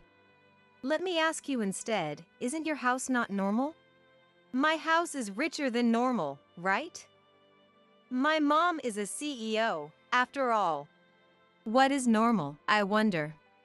With that thought, I continue down the hallway. I show the two of them to the guest room, designed to resemble a resort hotel. "Please stay here tonight." "Stay?" "No, we're going back, right, Mom?" "No way. I prepared top-quality shampoo and other amenities just for you two." "Sorry, but my mom says she wants to get back to the city as soon as possible." "Right, Mom?" Well, if it's like this, it's not so bad. She seems to like it. Since they've come all this way, I want them to relax and heal from their daily fatigue. I'll ask Hannah to give them her specialty foot reflexology massage too. Afterward, I guide them to the living room where my parents are waiting. After the formal greetings, Amanda takes out a long, thin box. I'm so happy she went out of her way to bring a gift. Inside is what looks like an expensive wine. Oh my! Thank you so much! I'm delighted. To my overjoyed mother, Amanda says, I couldn't come empty-handed, could I? This is a rare wine, almost too good for those who can't appreciate its taste. Hearing that, my mother happily says, I love wine too. So much that I personally import it. Import? I import from overseas wineries and sell it to French restaurants, hotels, and such. Oh, I see. My mother talks about wine with great enthusiasm. Apparently, the room they added on earlier is a wine cellar. It's all wine. It's our inventory, and also our collection. Oh, I see. Amanda says, her voice trembling with admiration. I know, why don't you join me for a wine tasting sometime? My mother suggests, her eyes sparkling. Amanda, that's great. Please talk about wine with my mother to your heart's content. If our schedules align, I'd love to. My mother, with her extensive wine knowledge, should be more than a sufficient conversation partner. I want them to chat as much as they like. My father says, for dinner, our housekeeper has prepared dishes brimming with truffles and red wine, putting her best effort into it. Truffles, wine. Mom, if you drink, it'll be too late to go back. You said you absolutely hate staying in the countryside. Be quiet. We can think about that after we eat. If you're worried about time, I can take you back in my helicopter. It's faster than flying back. I just built a heliport nearby. What? A helicopter? Yes, a helicopter. It's my hobby. Oh no, Amanda suddenly seems to be getting dizzy. Supporting her, Christopher says, this is definitely not a normal house. Abruptly, Amanda's eyes widen. I've decided. She grabs my surprised parents' hands and excitedly says, let's talk business. Huh? I'm worried about whether my company will be accepted in the countryside, but with your money. I mean, your influence, there's no need to worry. With your sons, we'll be secure. It's not a bad deal, right? Amanda suddenly becomes lively. My parents are stunned. If you can make the company big enough to succeed in the countryside, I'll even hand it over to you as is. No, are you dissatisfied with something? I guess you're worried about spending your golden years in a place like this. Well, if you want to live comfortably in the city, I can at least support you in moving. I'll even lend you Sarah from time to time. Amanda speaks rapidly, one thing after another, in work mode. Next to her, Christopher wears an exaggerated smile. By the way, what kind of company is it? My mother asks the excited Amanda.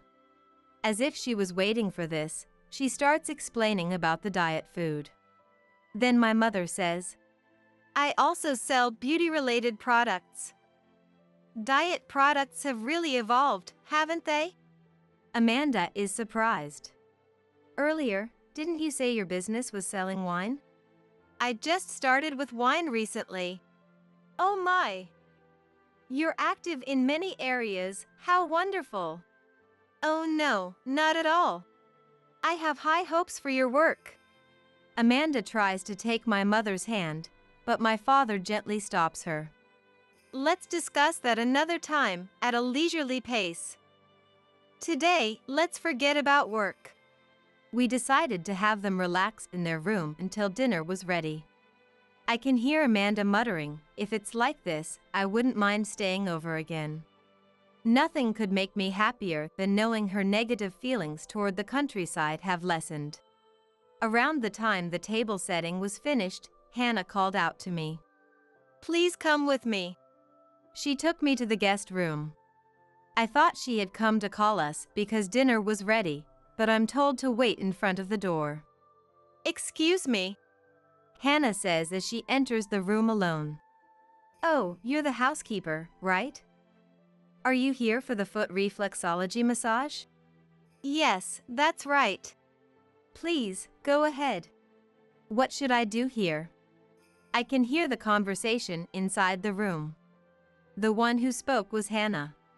"I have something to discuss with you. I would like you to pretend this marriage never happened." "Huh?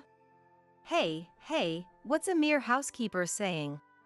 Christopher interjects with a half laugh. "Be quiet." "What?" "Watch your mouth." "What?" What in the world is she saying?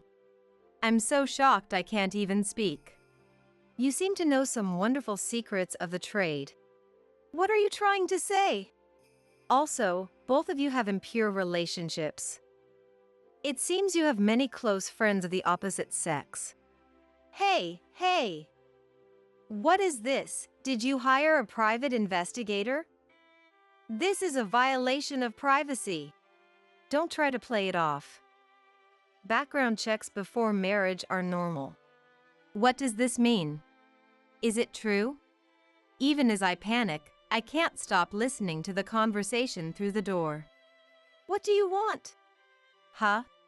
Fine. Quit being a housekeeper in this backwater and come work for me." "Ow. Your liver is in bad shape." It seems she's in the middle of the foot reflexology massage. I decline. "Why?" "I have high expectations for you, having witnessed this family's business. You understand what I mean, right? I'll pay you a lot." "Your company is already done." "Huh? The secret to business, was it? I'm sure counterfeit products sell well." "How do you know about that?" "Ow! Stop pressing."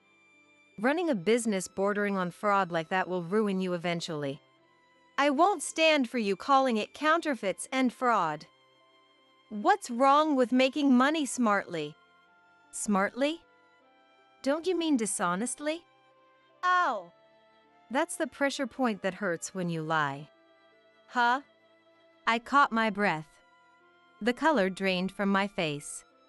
Not only because of the content of the conversation, but also because I know that Hannah's foot reflexology massage is incredibly painful. Ow! Please stop! No more! Hearing Amanda's scream, I can't hold back and burst into the room. "Hannah." Christopher is surprised by my sudden appearance, but he quickly rushes over to me. "Listen to me. This woman is trying to trap my mother. At this rate, my marriage with Sarah will be ruined too." Christopher pleads with tears in his eyes. "The company will be mine eventually. Even if you are an idiot, you should understand, right? Protecting my mother means protecting our future. When your parents come to the city they admire, they'll be dependent on me and my mother. You should mediate and handle things well, don't you think?" Even as I'm taken aback by Christopher's rapid-fire speech, there's something I want to make clear. You see, my parents handed over the company they ran in the city to my brother and moved to the countryside to relax. What? So they don't have any longing for the city. They weren't just wealthy people from the countryside? Why do you have such prejudice and an infiltration feeling toward the countryside? I don't understand you anymore. Is it true that you have other women you're close with? Do you truly love me? My questions seem to get on his nerves, and Christopher raises his voice. Shut up! I never thought you were this kind of woman. Instead of answering when I asked if he loved me, he threw harsh words at me. I'm stunned. I'm so shocked I can't speak. Please stop, Hannah said. You stay out of this. Christopher snaps, his attitude completely changed. What are you trying to do? Hannah doesn't back down. What? I'm Sarah's future husband. No, you're wrong. She firmly retorts to the glaring Christopher. You're a con artist who looks down on people and has no qualms about deceiving them. Did you hear that? She called us con artists. That's terrible to say to your future husband, isn't it? Christopher stares at me. That's right, it's terrible, Amanda said. Hearing that, I said, yes. It's unbelievable. That's what I said. Right? You should fire this housekeeper. No, this marriage is unbelievable.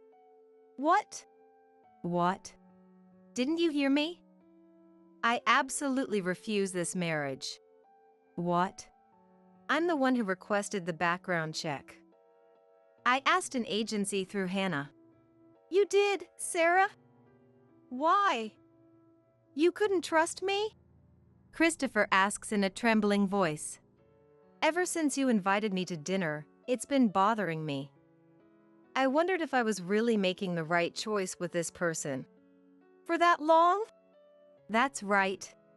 Why? I told you that you passed. I let out a wry laugh at the overly desperate Christopher. Then, you've been failing since long ago. What? How dare you? Amanda interjects. Just how upstanding do you think you are? Aren't you ashamed? Wah, wah. They seem to be at a loss for words. How dare you? Don't say that to my mother. Take it back. Even as he yells at me, the resolute me is surprisingly unaffected. I'm not scared at all. If anything, I just think he's the worst for treating a woman this way. First, can you take back what you said to me? Everything, without leaving anything out, about being a housekeeper or having a poor-looking face. You deceived me. That's your true nature. You were hiding it. That's my line. You suddenly started treating me roughly after meeting Amanda. Is it because you got an ally and became more aggressive? Don't get carried away. I calmly stare at Christopher, who's furiously turning red in the face. I'm disillusioned by you, saying petty things about the city and the countryside.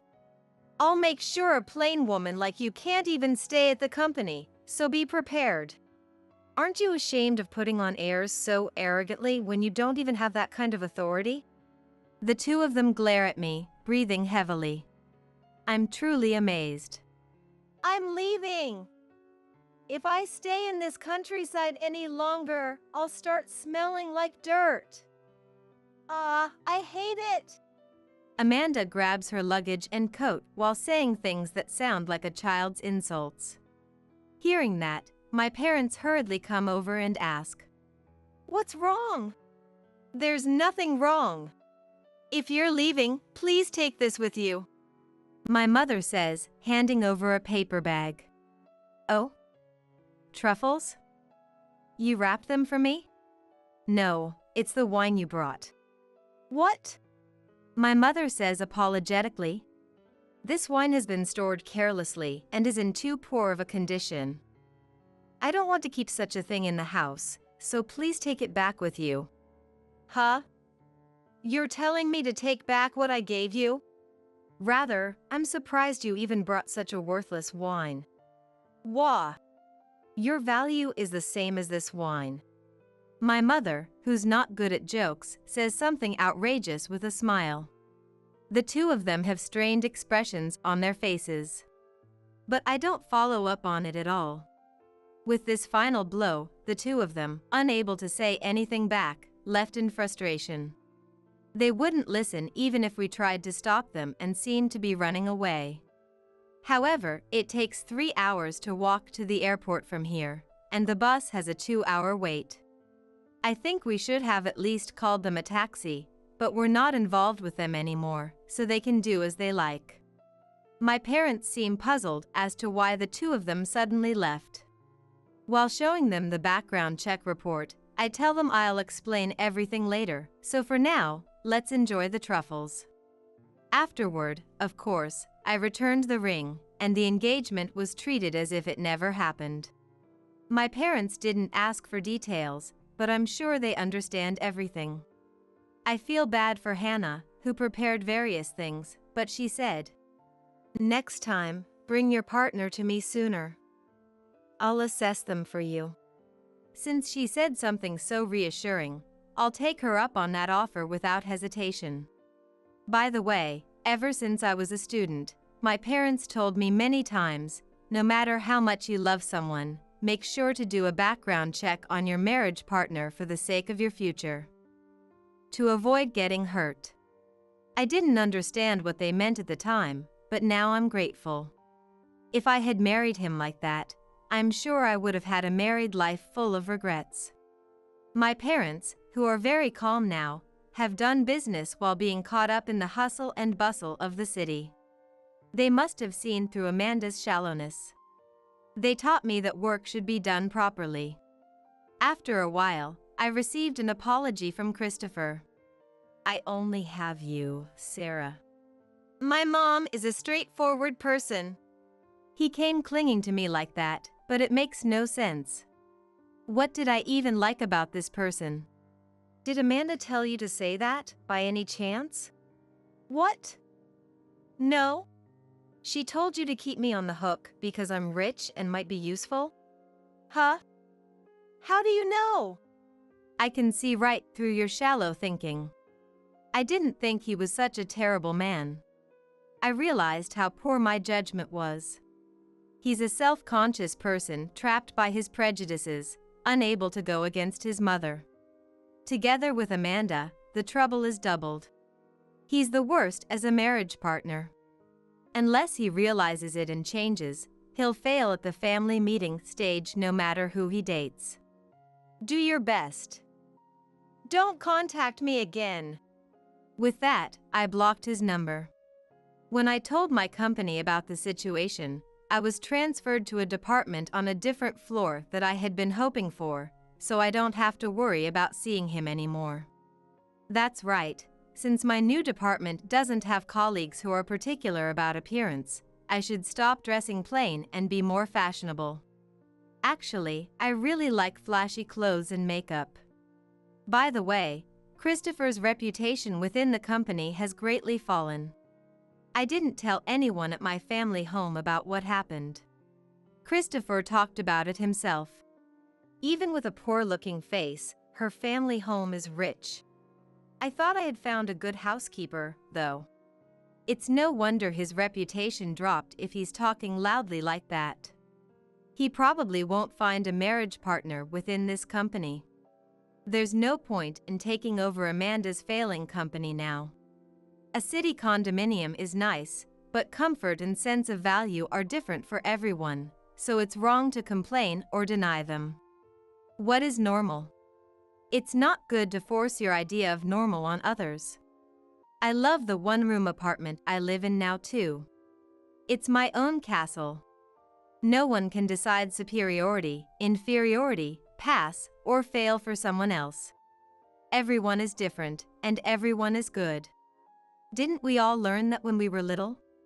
Their house is theirs, and our house is ours. Hey, you're the new hire, right? Go fetch me some coffee for now. I'm tired from walking all the way here. Huh?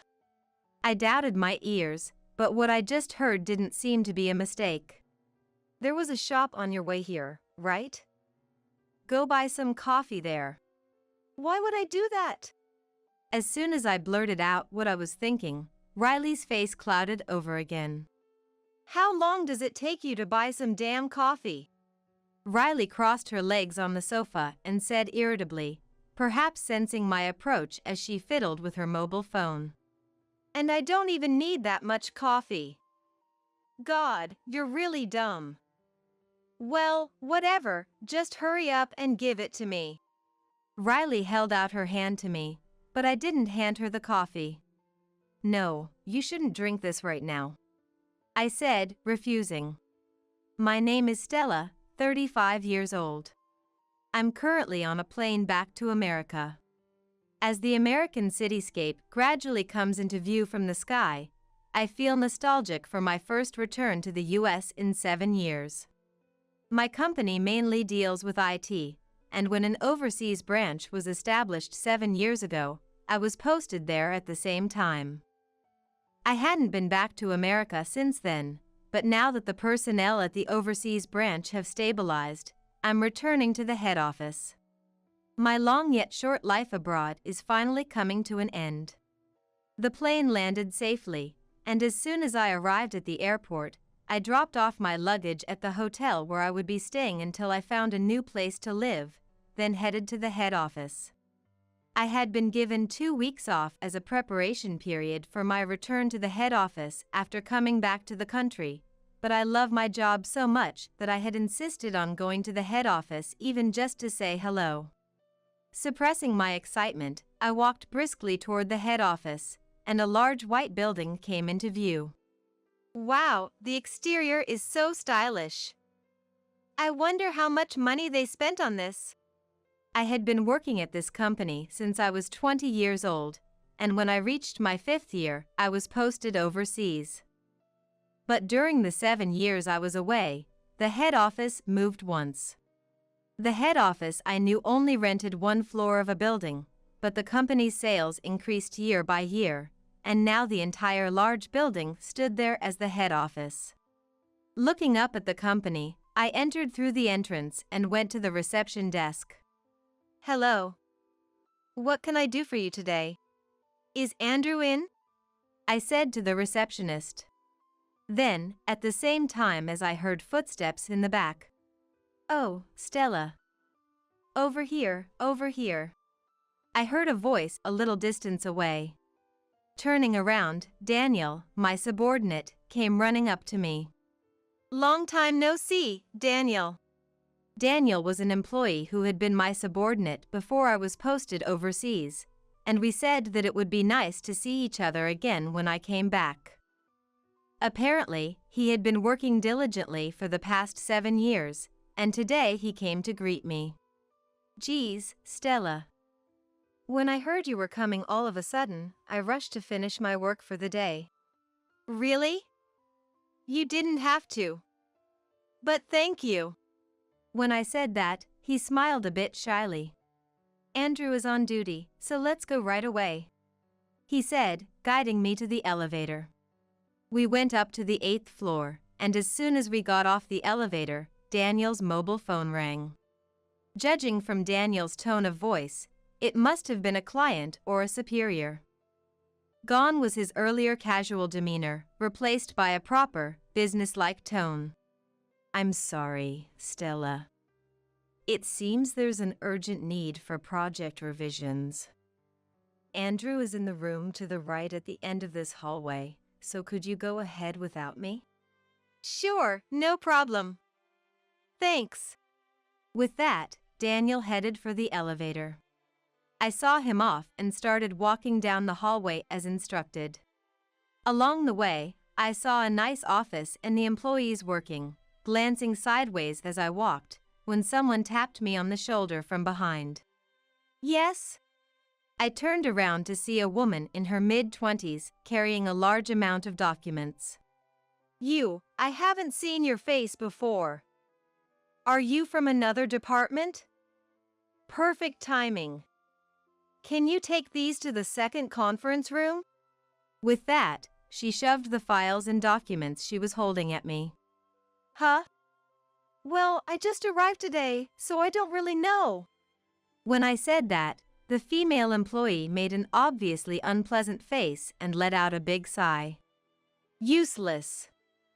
We don't need this kind of mid-career hire. Well, whatever. Can you just carry them for now? They're heavy. I wasn't sure what was going on, but I took the documents as they were handed to me. Then, I caught a glimpse of her name tag, which read Riley.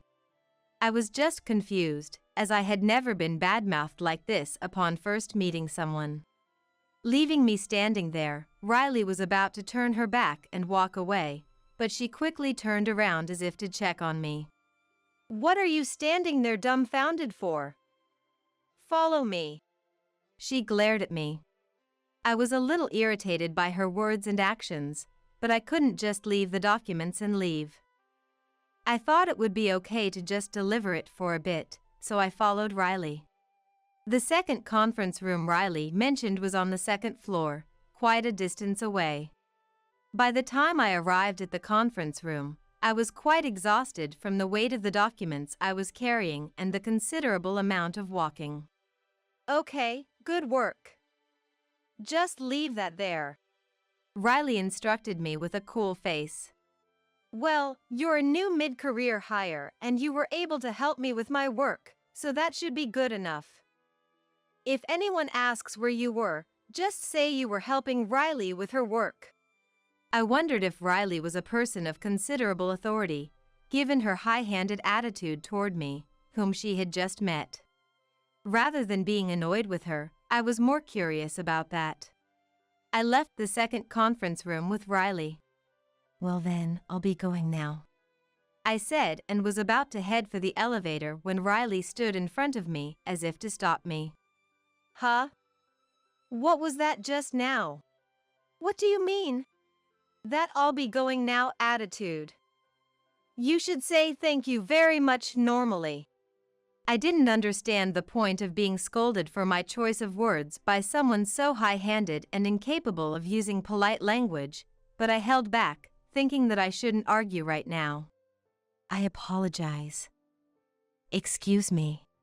When I apologized, Riley smiled a bit, perhaps in a better mood. "Well, it's almost a miracle that someone like you was hired mid-career at this company, so be careful with your superiors." I wanted to argue back, but I had somewhere I needed to go, so I endured it in order to end the situation quickly and leave. "Hey, you're new, right? For now, go buy me some coffee. I'm tired from walking all this way." "Huh?" I doubted my ears, but apparently what I just heard wasn't a mistake. "There was a shop on your way here, right? Go buy coffee there." "Why would I do that?" When I blurted out what I was thinking, Riley's face clouded over again. "You probably don't know this since you're new, but I'm the daughter of the head of the business division at this company. Do you have any idea how much power the head of the business division has in this company?" I see, so Riley is using her parents' position as a shield, I realized in my mind. Come to think of it, I vaguely remember seeing the name John Smith as the head of the business division when I looked at some documents on the website a while back. "Say something." When I was silently thinking, she raised her voice. Her voice echoed throughout the floor, drawing the attention of the surrounding employees to us. "I don't know if you're in your 30s or 40s, but I can have a newcomer like you fired immediately if I just say the word. Is that okay with you?" "You're right, I understand. I'll go buy it." I said that and headed for the shop, and from behind me, "I'll be sitting over there, so hurry up." Riley pointed to a backless sofa placed in a small space near the shop. I saw that, entered the shop, and picked up a coffee. Then, a kind-looking female staff member who appeared to be in her 50s, perhaps out of concern for me, spoke to me. "That was unfortunate. I wonder if something can be done about John's daughter." I was surprised that it could be heard even inside the shop, but it seems that Riley's behavior isn't limited to today. "Is she always like that?" "Yes, as far as I've seen here, she always has someone carry her things, and she always sits on that sofa and has someone else go and buy various things for her." I wondered what Riley thinks this place is, if that kind of thing is done on a regular basis. And, as I stood there wondering, the saleswoman continued. Things weren't like this when John's daughter Riley first joined the company.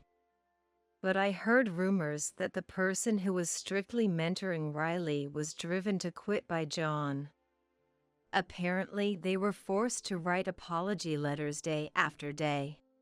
I could barely contain my frustration thinking about how Riley's attitude must have gotten worse and worse once she realized she could eliminate anyone she didn't like by asking John, after getting hired through connections in the first place. My heart went out to the employee tasked with training Riley. Just then, I noticed my phone vibrating in my pocket. Taking it out, I saw Daniel was calling. Sorry, somehow I ended up helping out with an employee's work. I'm at the store now. Yeah, got it. Hanging up, I bought 5 coffees and headed to where Riley was waiting. How long does it take to buy some damn coffee? Riley sensed me approaching as she sat on the couch with her legs crossed, fiddling with her phone. She spat out the words in an irritated tone. And I don't even need that much coffee. God, you're really dumb. Well, whatever, just hurry up and give it to me. Riley held out her hand to me, but I didn't hand her the coffee. No, you shouldn't drink this now, I said, refusing. At that, Riley furrowed her brow and tapped her foot impatiently. What are you saying? You want to quit this company? Hurry up and give it. Her angry shout echoed across the floor, and people around glanced at Riley with looks that said, "Here we go again." Unfazed, I steadfastly refused to hand over the coffee I was holding. Riley stood up, stepped in front of me, and shoved my shoulders hard. You've earned yourself a written apology. Don't regret your actions later. Flashing a nasty grin, she tried to forcibly take the coffee from me. Just then, "Hey, what are you doing?" A voice called out from behind and the sound of approaching footsteps could be heard. I was just training this new employee as part of orientation. Riley explained to Daniel in a sweet, coddling voice, completely different from moments ago. Training? New employee? This person? Riley nodded, and Daniel's gaze shifted between me and her. Daniel seemed utterly confused, with so many questions about the situation. Stella is a new hire? He said, bursting out laughing. Huh? You know her? Riley looked dumbfounded. Know her? Stella, what's this all about? Don't tell me you're here to set this up with the staff. No, this isn't a joke. Let's go. Can I bring her along, too? I said, turning my feet towards the elevator. Wait a minute. I still have work left. Riley tried to make an escape. No, I think this is more important than that work, so come with us. I replied. Silence filled the elevator, broken occasionally by Daniel chuckling to himself. Arriving on the 8th floor, we walked down the hall. Rounding the corner at the end, there was a room labeled President's Office. Riley trailed nervously behind me. Excuse me. Daniel opened the door, and inside a man was staring at his computer screen.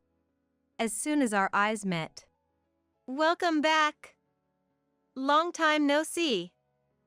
Don't tell me you were checking out the office, too? It's awesome, right? I was very particular with the design. Andrew greeted energetically. It's been a while. Sorry I'm a bit late, Andrew. That's right. The person I was originally planning to meet today, Andrew, is the president of this company. HM? Who's that employee? As Andrew spoke, Riley shook with surprise.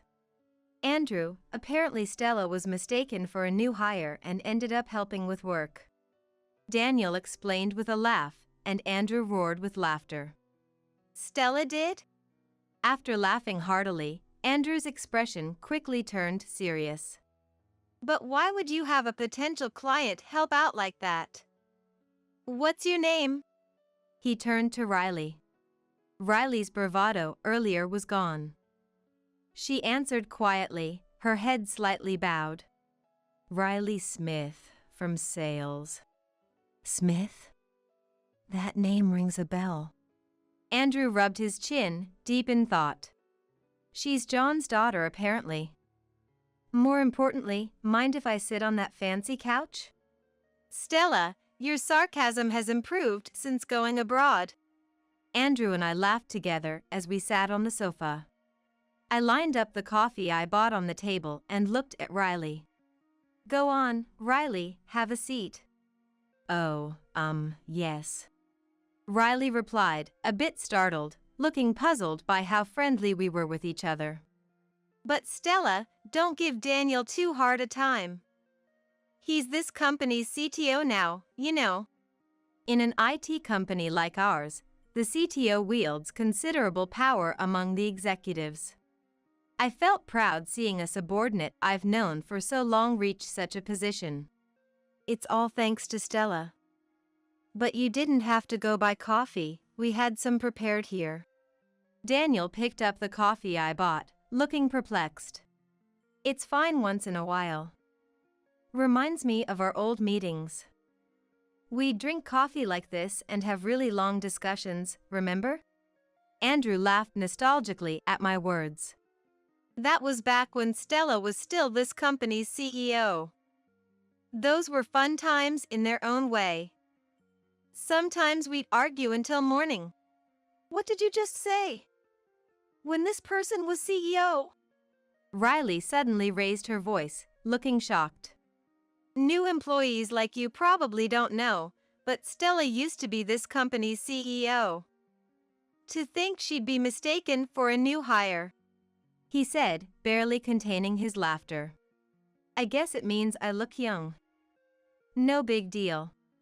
I suppose. But when Stella made the call to expand overseas first, leaving the company to me and going to the foreign branch alone, I wondered what would happen. Thanks to that, the company has grown this much. Andrew looked at me with a serious expression. If Stella wants to return to her old position, I'm prepared to step down. I laughed at Andrew's words. What are you saying? We started this company together. I have no intention of becoming president again now. Let's keep going with you as CEO and me as COO. COO refers to the Chief Operating Officer, essentially the number 2 position in a company. I started this company with Andrew out of a single apartment unit.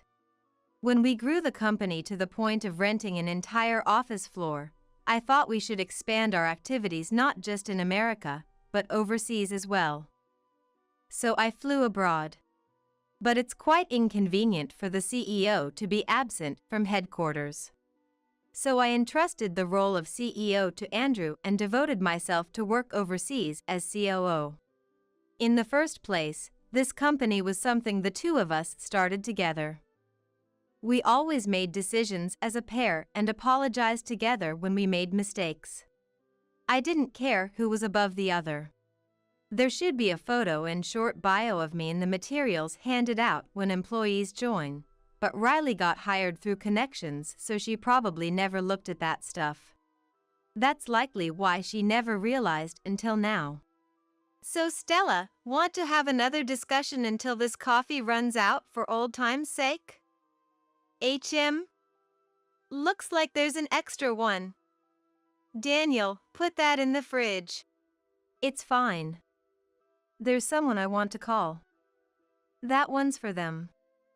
As you said, looks like we'll be here a while today. I glanced at Riley. Her back was straight, but she refused to meet my eyes. I had Daniel call a certain person for me.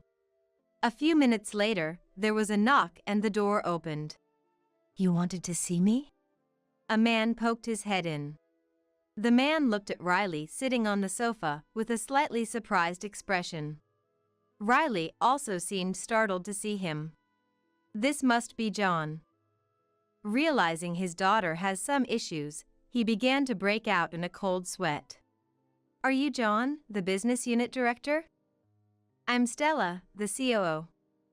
Please, have a seat. Stella, I heard you were returning from overseas. It's an honor to meet you. What brings you here today? As soon as John took his seat, I explained Riley's words and actions that day to everyone present. When I finished speaking, "How dare you be so rude to Stella?" Daniel openly expressed his anger.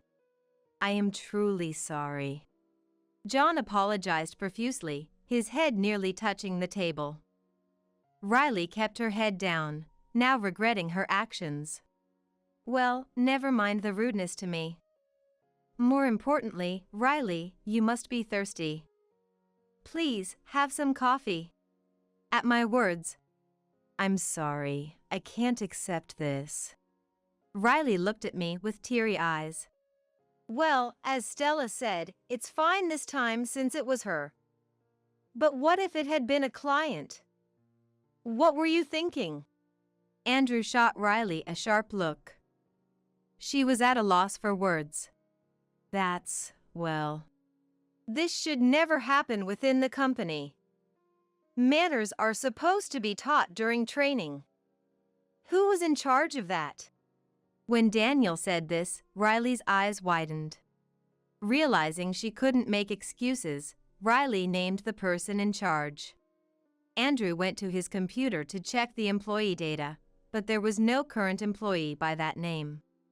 After a moment of awkward silence, Daniel spoke as if remembering something. "Could that be the person who submitted their resignation along with that memo? You know, the one that said, 'I've reached my limit and please forgive me.'" It seemed the saleswoman's story wasn't just a rumor after all. Sweat poured from Riley and John, proof of their guilt. "John, do you have any involvement in this?" "Well, I wouldn't say no involvement," he replied uncomfortably. Andrew spoke in a low voice from his computer. "Is it really so difficult to answer Stella's question with a simple yes or no? As the business unit director, please strive to speak and act responsibly, and not give vague replies." Andrew carries himself with dignity during important discussions like this. I've long thought this side of him is well suited to lead everyone as our representative. "Stella, I'm so sorry about today. I didn't know." Riley apologized to me rapidly, perhaps finally understanding her position, or maybe trying to resolve things before John could speak. Honestly, I thought if you're going to apologize, you shouldn't have done it in the first place. However, seeing that John still wasn't scolding Riley, I was convinced she was still being spoiled even now. Well, if many people are troubled by her usual attitude, she won't be able to stay with the company. But why don't we decide John's punishment based on the results of the investigation? Andrew and Daniel nodded at my suggestion. For the time being, we had Riley and John leave the room that day.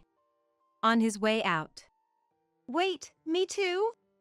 John mumbled under his breath, but no one answered him. I chatted and laughed with Andrew and the others that day, reminiscing and discussing my work overseas.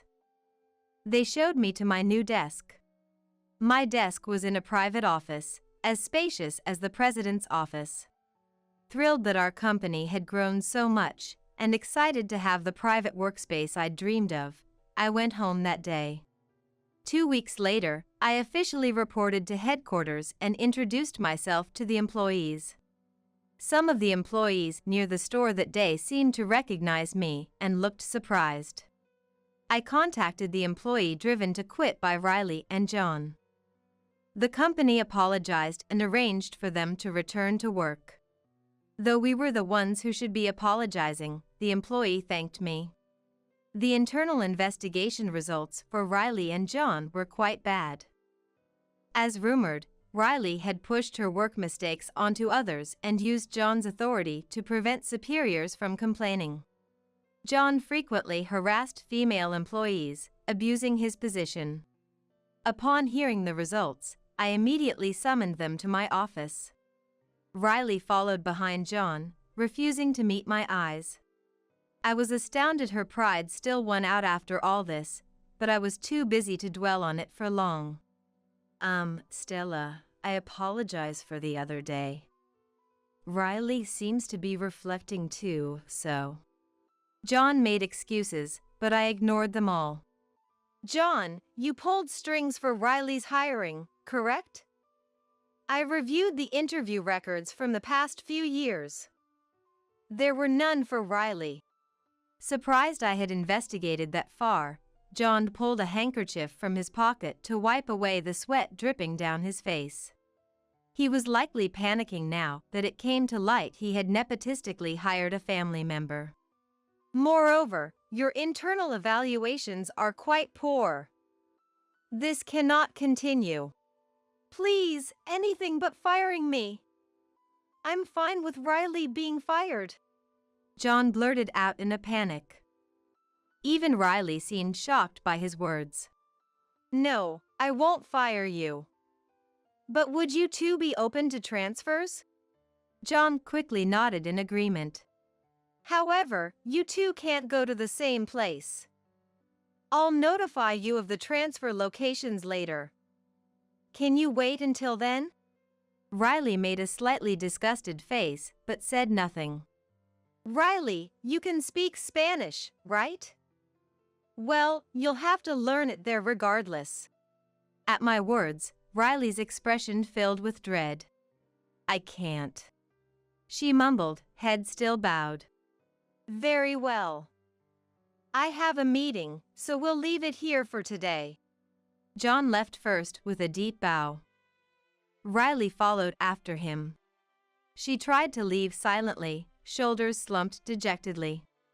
Riley, I hate to say this, but it's not okay to leave without a word, right? You taught me that yourself. At my comment, Riley left, her face pale. Later, John was given a transfer notice to a rural branch office, effectively a demotion. However, rumor has it he couldn't stand this treatment and has begun job hunting. As for Riley, she was given an overseas transfer notice.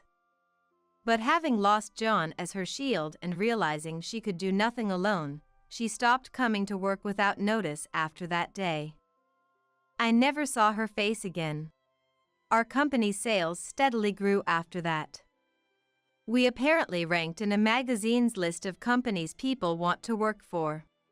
Several months later, one morning I was hurrying to work for an important client meeting. Near the office entrance, I spotted Andrew.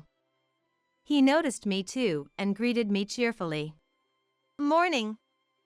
I bought coffee for you too, Stella. Thanks. This coffee?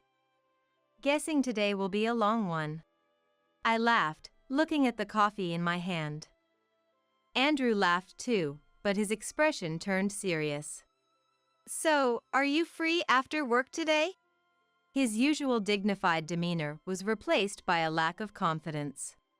I sighed, looking at him like that, and chuckled. Andrew, it's no exaggeration to say today's deal will make or break the company's future. Please, remain my colleague until it's done. Dinner plans can wait until after. Hearing that, Andrew lightly cleared his throat and straightened his back. You're right, absolutely right.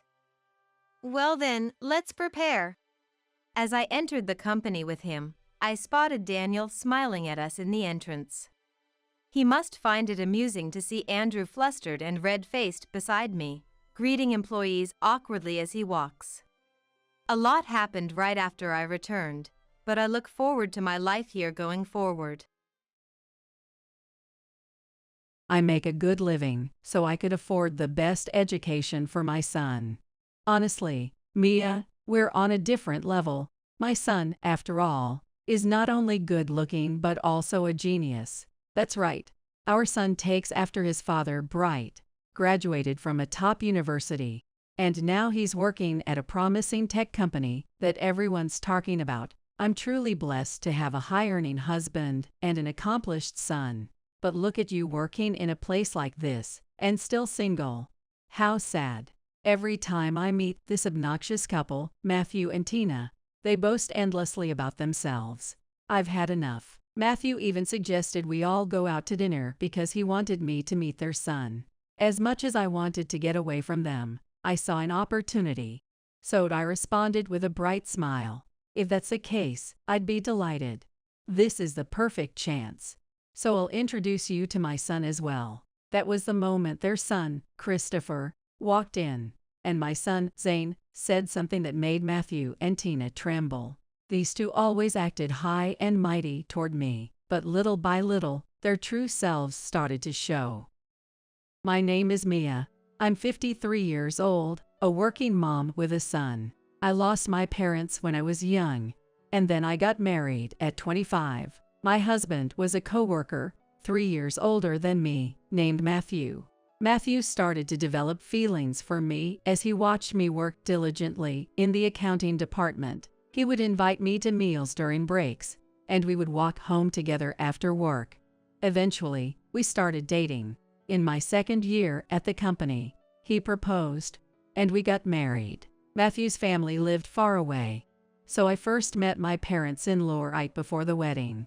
But both Matthew and his parents seemed distant and hardly spoke to each other. I wondered if their relationship was strained. However, my parents-in-law were polite to me, and, though they were quiet, they kindly greeted me, saying, "Please take good care of our son."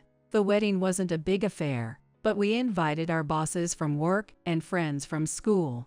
Everyone celebrated with us, especially my best friend, Tina, who was as happy as if it were her own wedding. She held Matthew's hand, saying, "Take care of Mia," with tears in her eyes. Matthew smiled sheepishly at that. And so, the wedding ended, and our life as newlyweds began. I planned to keep working until we had kids, so I continued my job as usual. However, for 3 years after our marriage, we didn't have any children. It started to bother me about a year after we got married. Matthew, who had said he wanted kids right away, seemed more distant recently. I tried hard to conceive, but nothing seemed to work. We both went through fertility tests, but there wasn't anything wrong with either of us. I even thought about quitting my job to focus more on trying to conceive. But just as I was about to bring it up to Matthew, something happened. Matthew, who would always be home by 9 p.m. at the latest, started coming home until the middle of the night, and on weekends, he'd just go out without saying anything. I couldn't help but think he was dissatisfied because we couldn't have children. But if that were the case, I felt we needed to talk about it as a couple. I searched for a moment when he was at home and asked him why he rarely stays at home. "Matthew, you've been going out a lot lately on your own. Is it because we don't have kids? Do you find it boring to be just with me?" "No, not really." That's all he said, in a cold, dismissive way, before leaving again. I made up my mind to quit my job and handed in my resignation. But quitting work didn't fix anything. I wondered if I should talk to someone I trust. Just then, I got a call. "Hey, Mia. Long time no talk." "Oh, Tina. It's been a while." It was my best friend, Tina. She was the one who was the happiest for me at our wedding. Hearing her voice for the first time in a year made me feel nostalgic. "Have you been? How are things with Matthew?" I'm doing okay, I guess." I didn't want to dump my problems with Matthew on Tina right away, not after so long. But she must have sensed the change in my tone, and asked with concern, "What's going on? You don't sound like yourself. Are things not going well with Matthew?" "Well, yeah, kind of." I guess my feelings must have been coming through in my voice. Ever since her student life, Tina has always been quick to help when I'm in trouble. Tina got married before me, so I thought she might have some solid advice when it came to marriage. With that in mind, I told her about what had been going on with Matthew these past few months, and then Tina, in her usual upbeat tone, responded, "I haven't been able to have kids either, you know, but there's no need to rush. Sometimes, when it's just the two of you for a long time, men feel like they need to go out and get some space. But honestly, it's probably just a way for him to clear his head, so don't let it bother you too much, okay?" Is that really how it is? It's no surprise she was so calm about it. She got married before me, after all. Talking to Tina made me feel a lot better. Thanks, Tina. I'm glad I talked to you. Of course, whatever happens, just give me a call anytime, okay? I was so grateful to have such a dependable friend. But after that, Matthew's behavior only got stranger. He started not coming home for 2 or 3 days after going out on the weekends. And this happened more and more often, to the point where every weekend he was gone. Occasionally, I'd try calling Tina to talk, but she never picked up. She must have been busy. She didn't even return my calls. This went on for about 2 years. By the 3rd year of our marriage, my relationship with Matthew had become like a fake marriage, and I started thinking about divorce. I wished my parents were around in times like these. Loneliness took over, and I couldn't stop crying. I just wanted someone to listen to me, and that's when Tina called. Tina, what's up? I've tried calling you a few times. Oh, sorry about that. I've had a lot going on. Actually, I got divorced about a year ago. Moving and all that kept me super busy. What? You got divorced? I was stunned. I couldn't believe Tina had been going through a divorce. It didn't seem right to burden her with my problems, but something about the situation bothered me, so I asked her. You were going through all that, but why didn't you say anything to me? You listened to all my troubles, but you never told me about your own. Tina was always the kind of person who'd listen to others' problems, but was hesitant to show her own vulnerabilities. So I figured that's why she hadn't told me. But then, Tina's voice suddenly became serious as she responded. Actually, there's something I wanted to talk to you about. Do you think we could meet up and have a proper conversation? What? Yay, sure. I'm free whenever you are. This response was unexpected. Normally, Tina would say something like, "Don't worry about me." It made me think she must be going through something serious. So we arranged to meet on a day that worked for her. And then, on the day of our meeting, I went to the park where we agreed to meet. Tina was sitting on a bench, but she wasn't alone. Next to her, to my surprise, was Matthew.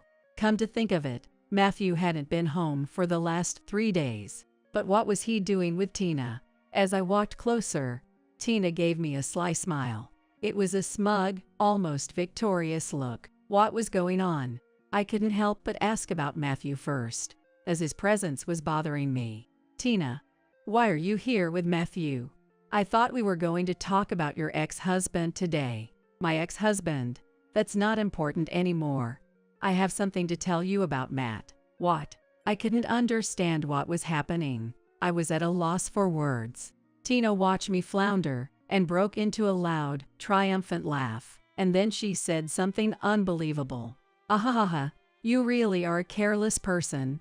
After being neglected for 2 years, you didn't even notice your husband had a mistress. What? What do you mean? Matt was bored with you, Mia. You were always so obsessed with not being able to have kids. That's why he came to me.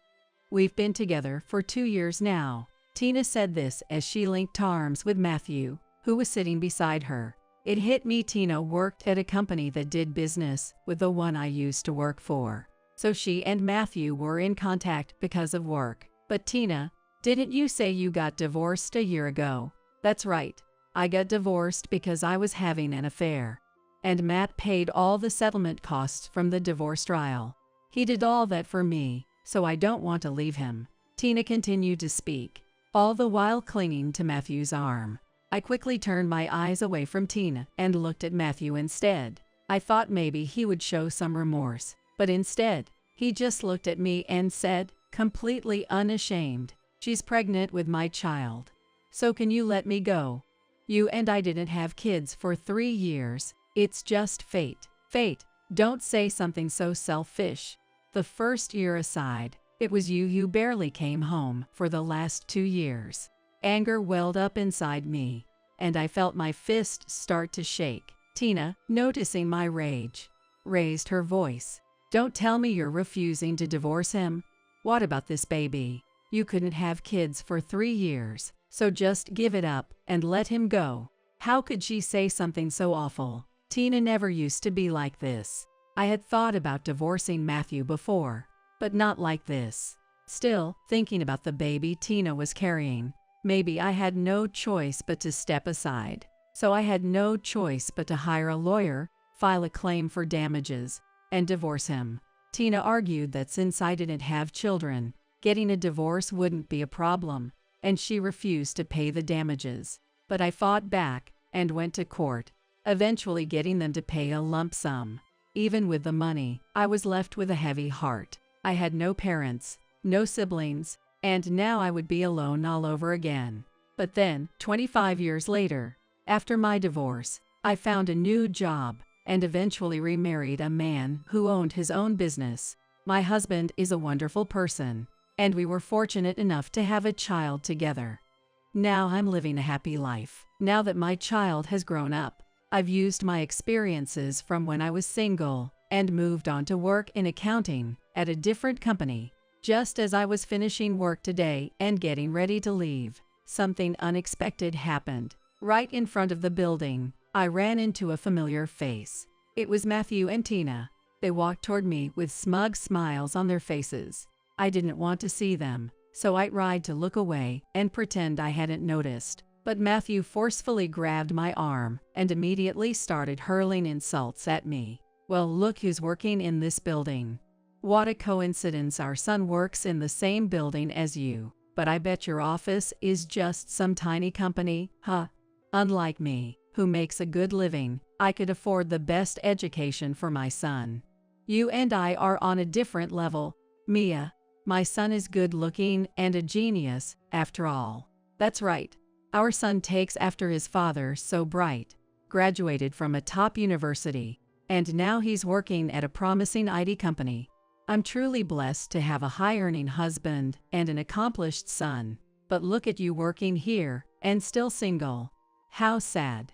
I'm beyond fed up with this obnoxious couple and their endless bragging. Ignoring my desire to not interact with them, Matthew and Tina continued to push the conversation. Well, this is perfect timing. I was just about to meet my son for dinner after work. We're going to a French restaurant. Mia, why don't you come along? I can introduce you to my successful son. I'm sure you'd love to see how happy your ex-husband has become. Exactly. I'll tell you all about the brilliant son I had with the husband I took from you. Poor Miss Old Maid. Even though I wanted to be rid of these two, in a way, it was also the perfect opportunity for me. As they look at me with smug, self-satisfied grins, I responded with a bright smile. In that case, I'd be delighted. This is the perfect chance. So I'll introduce you to my son, too. What? While they were making confused sounds, a young man walked out of the building's door and called out to them, "Dad, Mom, that conversation you were just having." Then, from behind him, my son, Zane, appeared. "Oh, Mom, you're still here." "What, sir? What did you just say? Did you just call that woman Mom?" Matthew and Tina's voices began to tremble. Yes, Zane is the CEO of his own company. Actually, Zane started his own company while he was still in college, focusing on his skills in IT. At that time, I began helping with the accounting for Zane's company. Then, last spring, when Zane's company started to take off, we hired a young man who hadn't been able to find a job for a year after graduating from college. And that young man is the very person standing in front of me now, Christopher Garcia. Christopher definitely called Matthew and Tina Dad and Mom. Garcia is not an uncommon last name, so I never realized until now that he was my ex-husband's son. I can't hide my surprise. But why were Matthew and Tina trembling so much, especially while looking at Christopher? Christopher has been glaring at them with a very displeased expression since a moment ago. "I could hear you from way over there, talking about your ex-husband, about stealing each other's spouses. What exactly happened between you two?" "What? You heard all of that?" Tina asked in shock.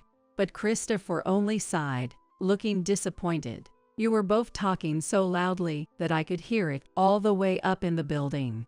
I knew both of you had divorces before, but from what I heard, you had an affair and stole each other. So, am I a kid who was born from an affair?" Christopher's eyes started to fill with tears as he spoke, staring at his parents, who had nothing to say back. Christopher is a good young man who works hard every day. Not at all like Matthew and Tina. I remembered that when he joined the company, he mentioned having to support his unemployed parents. So, Matthew isn't working now. I was suspicious, given all the things he was saying earlier. So I decided to confront him. Matthew, you've been acting all high and mighty. But what about your job? What happened to it? What? Oh, well, Matthew's eyes darted around nervously, like someone who had just been caught. Then, seeing his father's panicked state, Christopher spoke up in his place. My father was dismissed 2 years ago. I asked some of his colleagues, and they said his work attitude was poor, and apparently, he wasn't well liked by his boss. They didn't tell me the exact reason, but I'm guessing it had to do with some woman-related issues, right, Christopher? So when you mentioned you needed to support your parents, to my question, Christopher answered calmly. When he graduated from college, he didn't find a job right away because he hadn't found work that he was truly passionate about. He decided to work part-time and keep looking for a job that felt right. But shortly after his graduation, his father Matthew lost his job. Tina, who had stopped working to be a stay-at-home wife after marrying Matthew, wasn't working either, and the couple, who spent their time enjoying life, had almost no savings. Matthew, desperate for money, said to Christopher, "We paid for you to go through college, and now you're just working part-time instead of finding a real job. We supported you, so now it's your turn to find a job and support us. You owe us that much." Since then, Matthew made no effort to find work himself and pressured Christopher to take on a full-time job, no matter what. That's why Christopher had to scramble to find employment. It was then that he saw a job opening at Zane's company and thought it would be an ideal workplace, so he applied. And now, on his new higher salary, he's supporting his parents. So that's why Matthew and Tina were so shaken when they realized the mother of the CEO, Zane, was me. They were afraid the truth would come out to their son, afraid that they might be abandoned by him. Hearing Christopher's story, I realized I couldn't let this slide. I glared at Matthew and Tina and spoke sharply. Christopher is an earnest worker, and maybe you're proud of him as your son. But if you keep acting all high and mighty, depending on him without working yourselves, that's just unfair to Christopher. No, it's not like we're totally relying on him. Matthew just recently found some part-time work, and I'm thinking about working outside the home sometimes, too. But you and Dad spend whatever little money you have on lottery tickets and drinks. Neither of you knows how to manage money. And today, you made a reservation at a French restaurant, even though you're broke, just because my paycheck came through. So, going to the French restaurant was just for show. Matthew and Tina's faces flushed red with shame as they hung their heads, avoiding eye contact with me. I guess exposing the truth when they'd been putting on airs was humiliating. Just then, my husband, Alexander, who was waiting for me, approached us. "Hey, you were taking so long, I got worried." "Oh, I'm sorry. I just ran into some old acquaintances." You are." Matthew pointed at Alexander in shock, his face full of surprise. "Oh, Matthew, you know Alexander. Perfect timing. Let me reintroduce you. This is my husband, Alexander Prescott.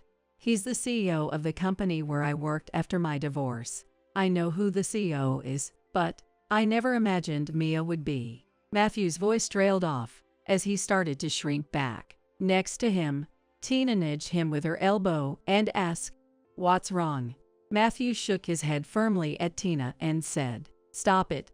Mr. Prescott's company is on a whole different level than the one I worked for. There's no one in this area who doesn't know about it." "What? How did Mia end up at such a prestigious company? And on top of that, she remarried the CEO." Both of them looked toward Zane. But why would the son of such a prominent CEO choose to start his own business instead of following in his father's footsteps? "Allow me to explain," Alexander said, beginning to share his farts on Zane. It's true that Alexander's company is one of the most well-known in the area. But Alexander had always wanted Zane to follow his own path. From the time Zane entered college, he had aimed to start a business with his friends. So as a parent, Alexander taught him the skills of being an entrepreneur and then let Zane take it from there. Zane was fortunate to have supportive friends and carefully laid out plans for his startup. And while he was still in college, he succeeded in founding his own company. After Alexander finished explaining, Christopher spoke to his parents. When I saw the job opening, I researched this company. And I thought it was incredible that a CEO younger than me could achieve so much. That's why I wanted to work here to see how far I could go. Matthew and Tina must have felt more and more powerless with everything they heard.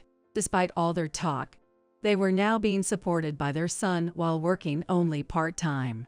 Looking closely, I could see that Matthew wanted to disappear out of shame.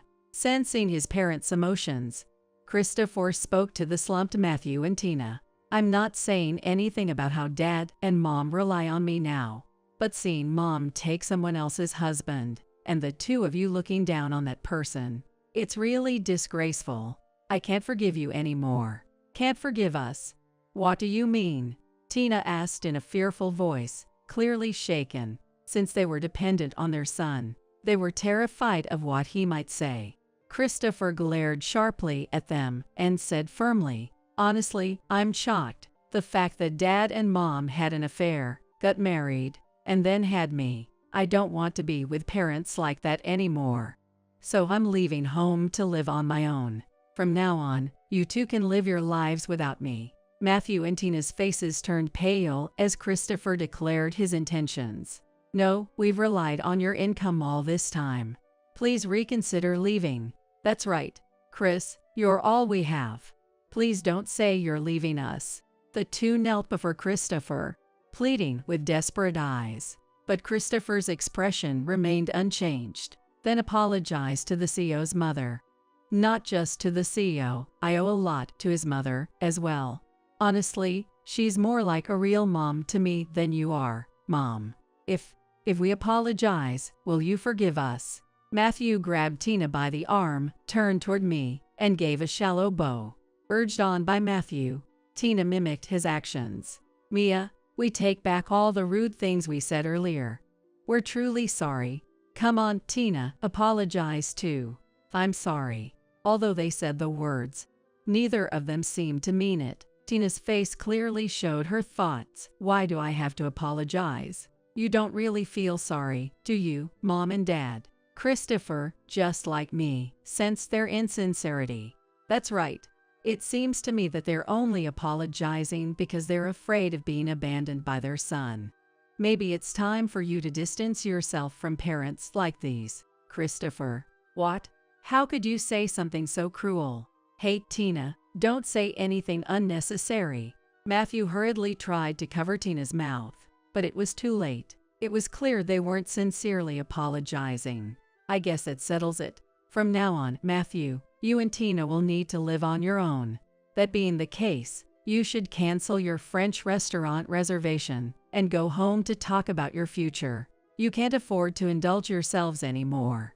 Right. Oh, and if you'd like, I'd be honored to join the CEO's family for that French dinner tonight. As a token of my apology and gratitude, I'd like to treat you all. As Christopher and our family enjoyed a pleasant conversation, Matthew and Tina watched with resentful eyes. Then Alexander added to the situation. By the way, your husband's poor work performance is well known not just in our partner companies, but across the entire region. So finding a new job with similar conditions to his previous one might be tough. What? No way. Matt, what are we going to do now? Tina yelled at Matthew, slapping him hard on the head. Matthew, unable to respond, hung his head in silence, sweating profusely. Tina continued to slap him, hurling abuse at him as she did so. Leaving the two of them behind, we walked away. After that, Matthew and Tina were forced to make a living with only part-time jobs. Just as Alexander had predicted, no matter where Matthew applied, he never even got a call back. I learned about that about a month after our last encounter. Matthew and Tina realized that their son was no longer going to listen to them, and for some reason, they began showing up at Zane's office repeatedly. They would time their visits to catch Zane when Christopher was out on business, and they'd come directly to the CEO's office. "Mr. Prescott, please, we beg you. Could you talk to Christopher and ask him to come back to us? Without our son, my wife and I won't be able to survive." Matthew, on his knees, pleading tearfully. No matter how kind-hearted Zane was, there was no way he would accept such a request. Matthew and Tina were the kind of people who would stop at nothing to get what they wanted. I watched their behavior from the accounting office and knew I had to do something. After consulting with Alexander, we decided to have him wait in Zane's CEO office during the usual time that Matthew and Tina would come to visit. So as usual, when the two of them showed up before Zane, Alexander stepped in front of them. Matthew looked startled to see Alexander suddenly appear. What are you doing here? I heard that you've been persistently coming to Zane. Something about asking your son to come back. Well, since he's clearly against it, that's impossible, no matter what you do." Matthew and Tina exchanged a troubled glance. Alexander continued speaking to them. "I think it's time you give up on your son. Mr. Garcia, I contacted your parents. Since they're ex-in-laws to Mia, we had their contact information. I explained the situation to them, and they said they would take you back in. Congratulations, at least you won't have to worry about making ends meet." Alexander's words left Matthew and Tina pale-faced. "That's not funny. My parents are tough to deal with. Their home is in a remote, inconvenient place. It's no place to live." "That's right. And they adored Mia. They hate me. There's no way I could live with them." Seeing their panic, Alexander let out a chuckle. "Oh, is that so? Well, I've heard you can't pay rent and have to leave your apartment by the end of this month. You know that apartment is managed by us." Alexander's words hit them like a punch, leaving them stunned. I couldn't help but stifle a laugh as I watched from the accounting room next door. "Serves them right," I thought to myself. Afterward, Tina insisted she couldn't bear the idea of living with Matthew's parents, and the two divorced. But since Tina's affair and remarriage were well known, she couldn't turn to her own parents for help either. Now I occasionally see her in the neighborhood, looking gaunt as she goes in and out of the job center, having been a housewife ever since marrying Matthew, and with a difficult personality to boot. It's no wonder she struggles to find anyone willing to hire her. As for Matthew, with no other options, he was forced to go back to his parents' home, where he seems to be feeling quite uncomfortable. Apparently, Matthew's relationship with his parents had always been strained. To his parents, it must have seemed that he had finally settled down by getting married, only to divorce because of an affair. Then when he split up with his second spouse, they must have felt like they were stuck taking care of a son they would have rather left to fend for himself. Every now and then, Christopher gets messages from Matthew or Tina on his smartphone, so I hear updates about their situation. From what I hear, Matthew, a man in his 50s, living with his parents in their 80s, working a small part-time job, has become the subject of gossip in his hometown, and people whisper about his financial dependency. Feeling too embarrassed to be seen in public, Matthew sneaked away from his parents' house and reached out to Tina. They tried to get back together, but being as irresponsible as ever, they both soon found themselves in even deeper financial trouble. Eventually, they had to cancel their smartphone contracts, and Christopher lost contact with them. But I happened to see their new situation myself. One night, on my usual way home from shopping, I saw them fighting over garbage with a raccoon in an alley. I even saw them living in a cardboard box they set up in a park nearby. No one is willing to hire Matthew, and Tina is not cut out for work. They've really hit rock bottom. Meanwhile, we've continued to work hard every day, as always. Zane's company has continued to grow, with new hires like Christopher and friends from his college days, and even more new employees joining recently. The atmosphere in the office is warm and welcoming, and everyone feels like part of a family. Although Christopher has completely cut ties with his parents, my husband and I have become like parents to him. On weekends, we invite Christopher over to our home, where we eat meals together, drink, and have a great time. One day, Alexander made a suggestion. "Christopher, you're practically family to us now. So how about we make it official and adopt you?" Christopher looked a little surprised at first, but Zane, who was listening, immediately beamed with excitement. "I'm all for it. I've always wanted an older brother, being an only child, and all. Come on, what do you say? Chris, my big bro." "What? Big bro? Are you sure you mean it?" Christopher asked us cautiously, trying to gauge if we were serious. Alexander and I exchanged a smile and nodded. "Of course. You're not alone anymore, Chris. You're a precious part of our family, so you don't need to hold back." Hearing this, Christopher's eyes filled with tears. "Thank you. From now on, please take care of me." Born into a tough situation, Christopher didn't let it defeat him, and he grew into a truly wonderful, honest person. From now on, we will walk together as a family, sharing happy days, because that's what will make Christopher's life truly fulfilling. It's clear as day. The inheritance is all going to the eldest son. The will is legit. I hope you're satisfied now. You are doubting it, you damn dater-in-law. What? Even though our father-in-law had so much money, is it okay to take it all? My husband looked down on me while his dater-in-law rejoiced. The $10 million inheritance from our father will all go to my brother. I stared at the will in despair. Have I lost everything, bound to this wretched man forever? But with just one sentence from my brother, everything changed. My name is Emily. I'm a 55-year-old housewife. I don't have any children with my husband, Liam. We live alone. In one word, my husband is a classic tyrant. Since the beginning of our marriage, I was always expected to obey him. I could never challenge or voice my opinion against him. My husband, who is 10 years older, never showed any consideration for me. I was treated like a servant, harshly insulted if anything displeased him, even after I tried my best doing housework. I was blamed continuously for not being able to bear children. I would often hide and cry. I wanted to divorce him, but I didn't want to worry my family, and I didn't have the financial capability to support myself. Under the tyranny of my arrogant and abusive husband, I clenched my teeth and endured. My only mental support was my father. He was a highly competent businessman. He built a company from scratch and developed it into a large corporation.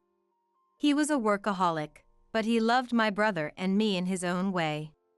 After my mother passed away in a car accident shortly after my marriage, he threw himself into his work even more to suppress his loneliness. Perhaps his overworking led to his downfall. He had a stroke and was taken to the hospital. Fortunately, he survived, but he was left paralyzed on the left side. As a result of working so strenuously, he had accumulated a substantial amount of wealth. I convinced my father to retire. Worried about him living alone, I somehow convinced my husband, and we moved into my father's house. Once a workaholic, he aged dramatically after retirement. He started showing signs of dementia and quickly became bedridden and in need of care. My physical and mental burden increased significantly. In addition to the usual housework and taking care of my husband, I now had to care for my father with dementia. My father would sometimes be quiet, but he would also yell and cause a commotion at night, or wander out of the house. I was constantly exhausted from stress, sleep deprivation, and endless labor. My father was often hazy, but there were moments when he was clear-minded. During those times, we could have peaceful conversations like old times. He would often thank me and say, with a sad smile, "I want to leave you as much as I can." Then, my father passed away. It was 3 years after I started caring for him.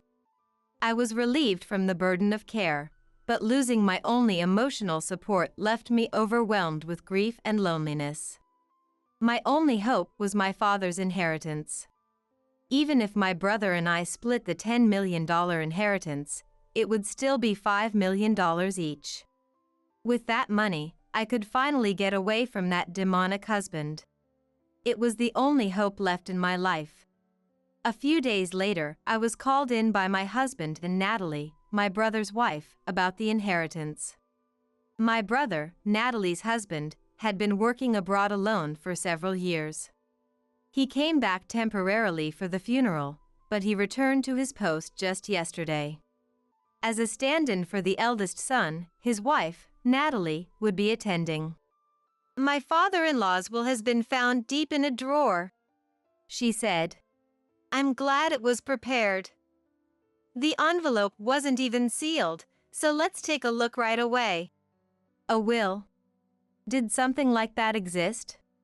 Despite providing daily, dedicated care to him, I never saw my father writing a will. I found it peculiar that my husband, who barely got near my father, let alone care for him, knew about this. A feeling of unease rose in me. I had a bad premonition. "All right, I'm going to read it now.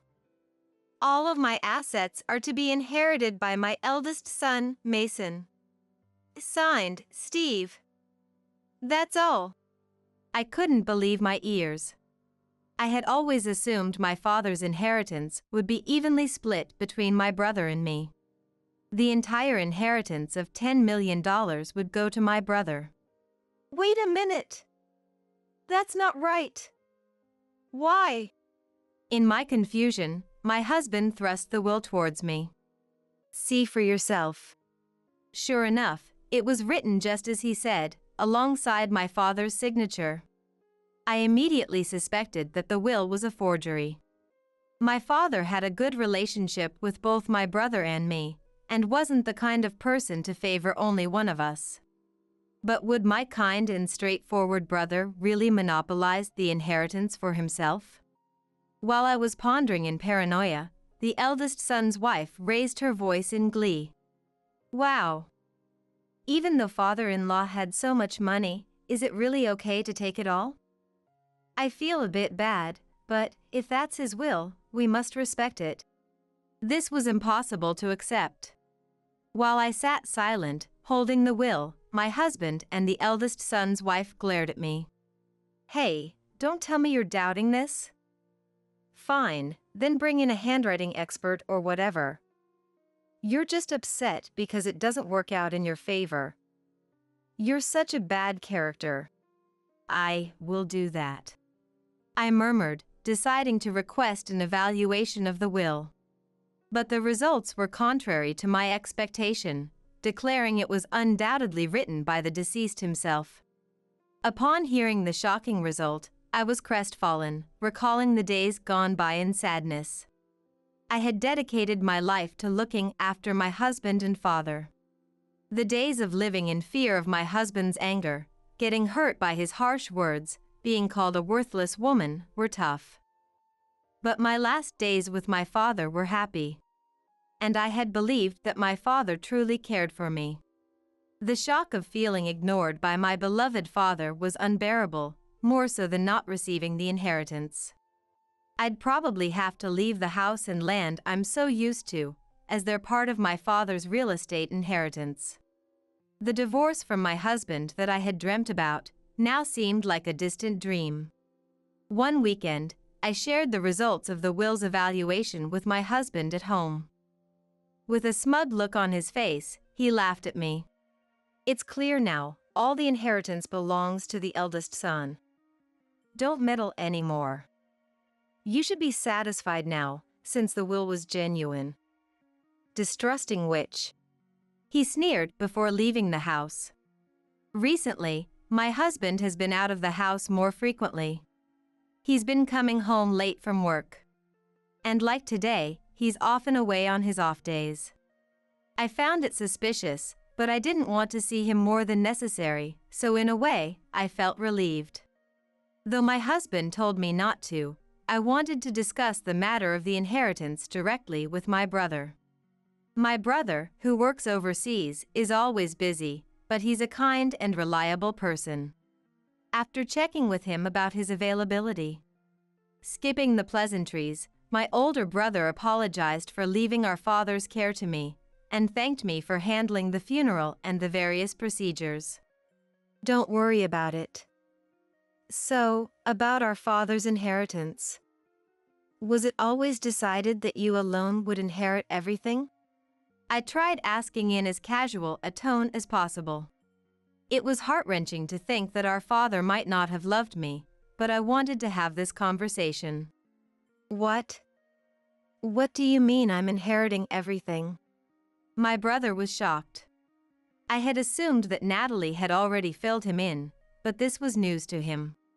However, the will was authentic, and the outcome would likely remain the same. I explained the situation to my brother. I see. So the handwriting on the will was Dad's, and that was the only content? Okay, I need some time to think. I'll get back to you. Don't proceed with the inheritance process until you hear from me. I'll let Natalie know. With that, my brother hung up. I waited for his call, intrigued by the situation.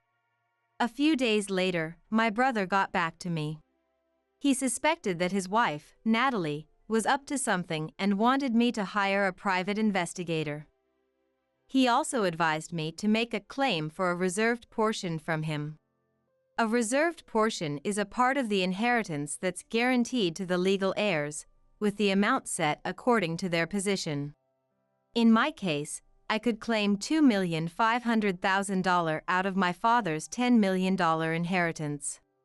Even with the will stating, everything will be inherited by my eldest son alone, I would still be able to inherit $2,500,000 using this provision. However, my husband and eldest son's wife fiercely opposed this. We've already settled this. Don't make a fuss now. But my brother's advice didn't stop there. I'm not asking for $2,500,000. All I want is this house, filled with memories of our father, and the land. The real estate is worth only $1 million out of the total $10 million inheritance. I'll leave the rest to my elder brother.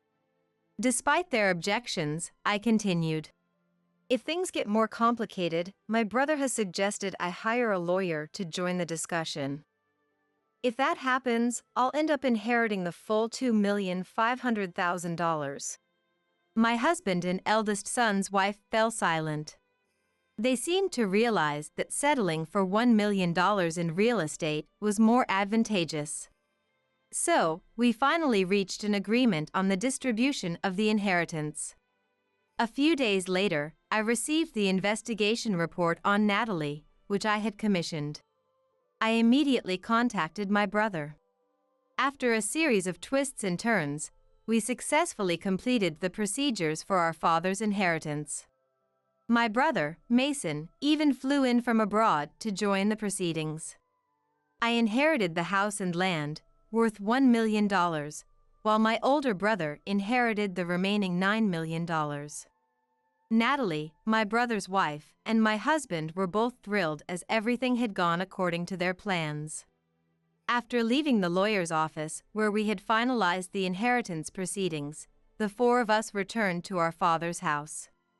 As we sat in the living room enjoying some tea, my brother put his phone on the table and started talking. Good job, everyone!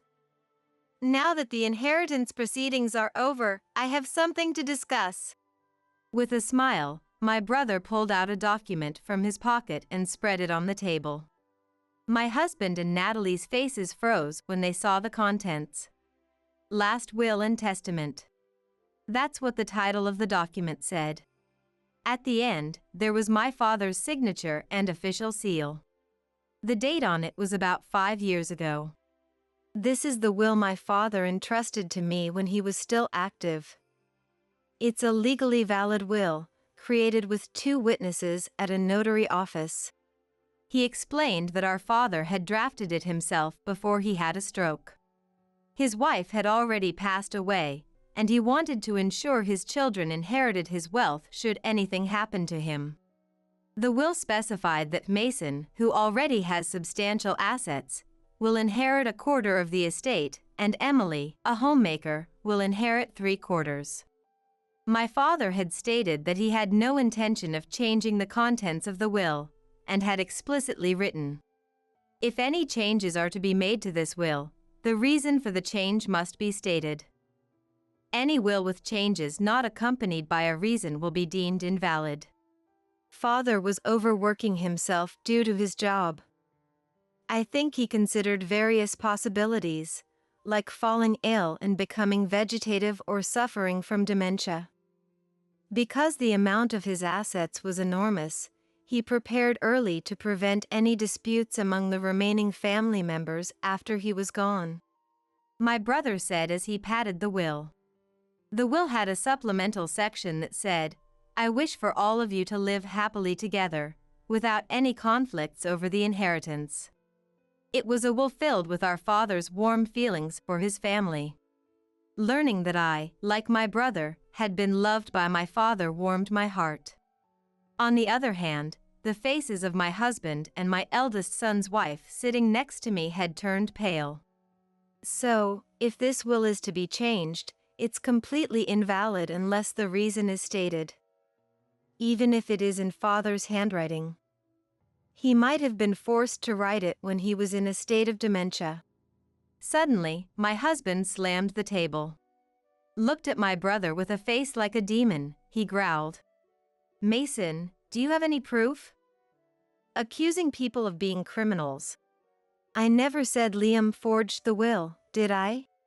He looked at Natalie, the eldest son's wife, sitting next to him. Natalie remained silent. It was strange.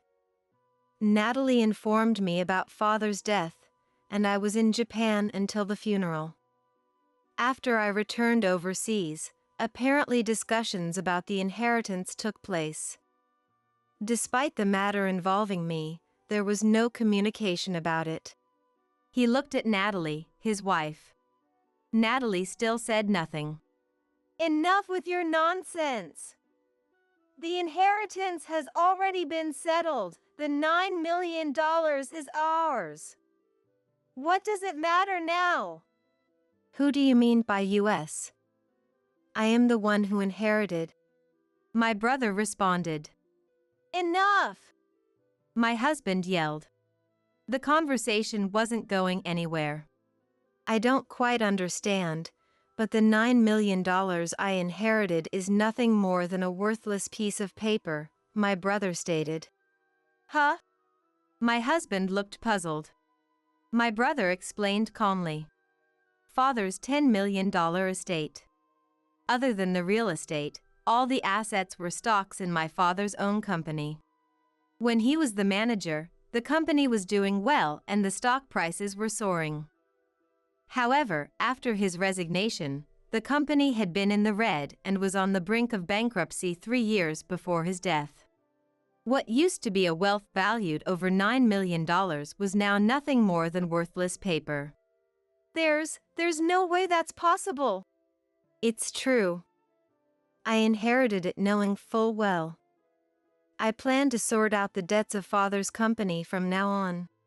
The husband was agitated, cradling his head and murmuring to himself.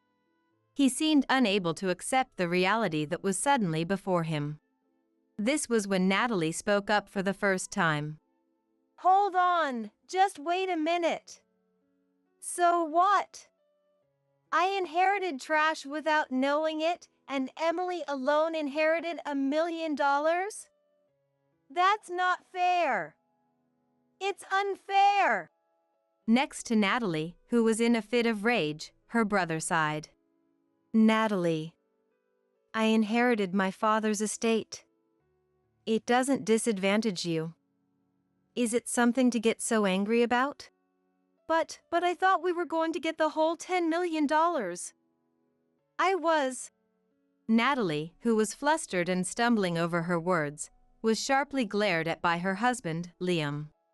So, you conspired with Liam and had an affair because you thought you were going to get all of Dad's money. Natalie and her husband fell silent as if they were frozen. Why? Natalie murmured in a hoarse voice. Glancing at her, the brother continued. After his phone call with me, he said he began to suspect his wife, Natalie.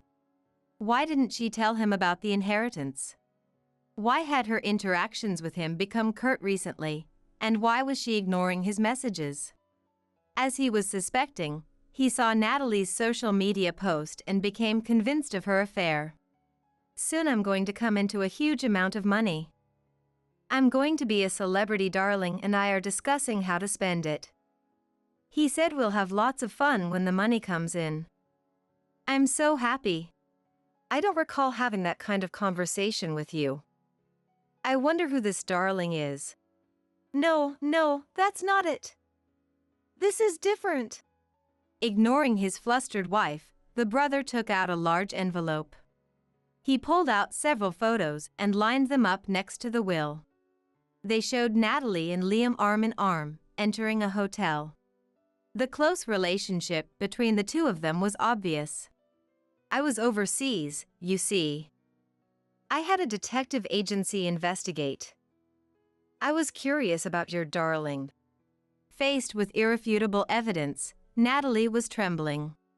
Looking at Natalie's adulterous husband, he was boiling with rage, as red as a boiled octopus, in contrast to Natalie who had turned pale. Sneaking around like a stalker. What's your game? Bringing out this nonsense will and pictures. This is all. Wait!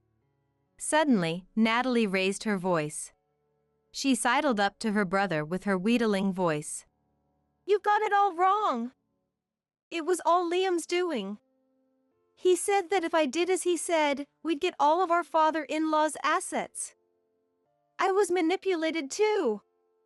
Wouldn't you be happy to get $10 million? I did it for you. Her husband, who had been betrayed so easily, was gaping at Natalie. These photos, we were just having a little fun. You were always overseas and I was lonely. Can you blame me? You're partly responsible too, right? Please forgive me. We lost the $9 million, but let's take Emily's $1 million worth of real estate. Did you forge the will? Huh? Of course not.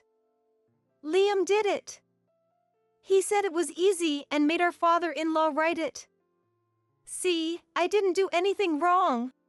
When the matter of forging the will was also exposed, the husband flew into a rage and lunged at Natalie, but the brother quickly intervened.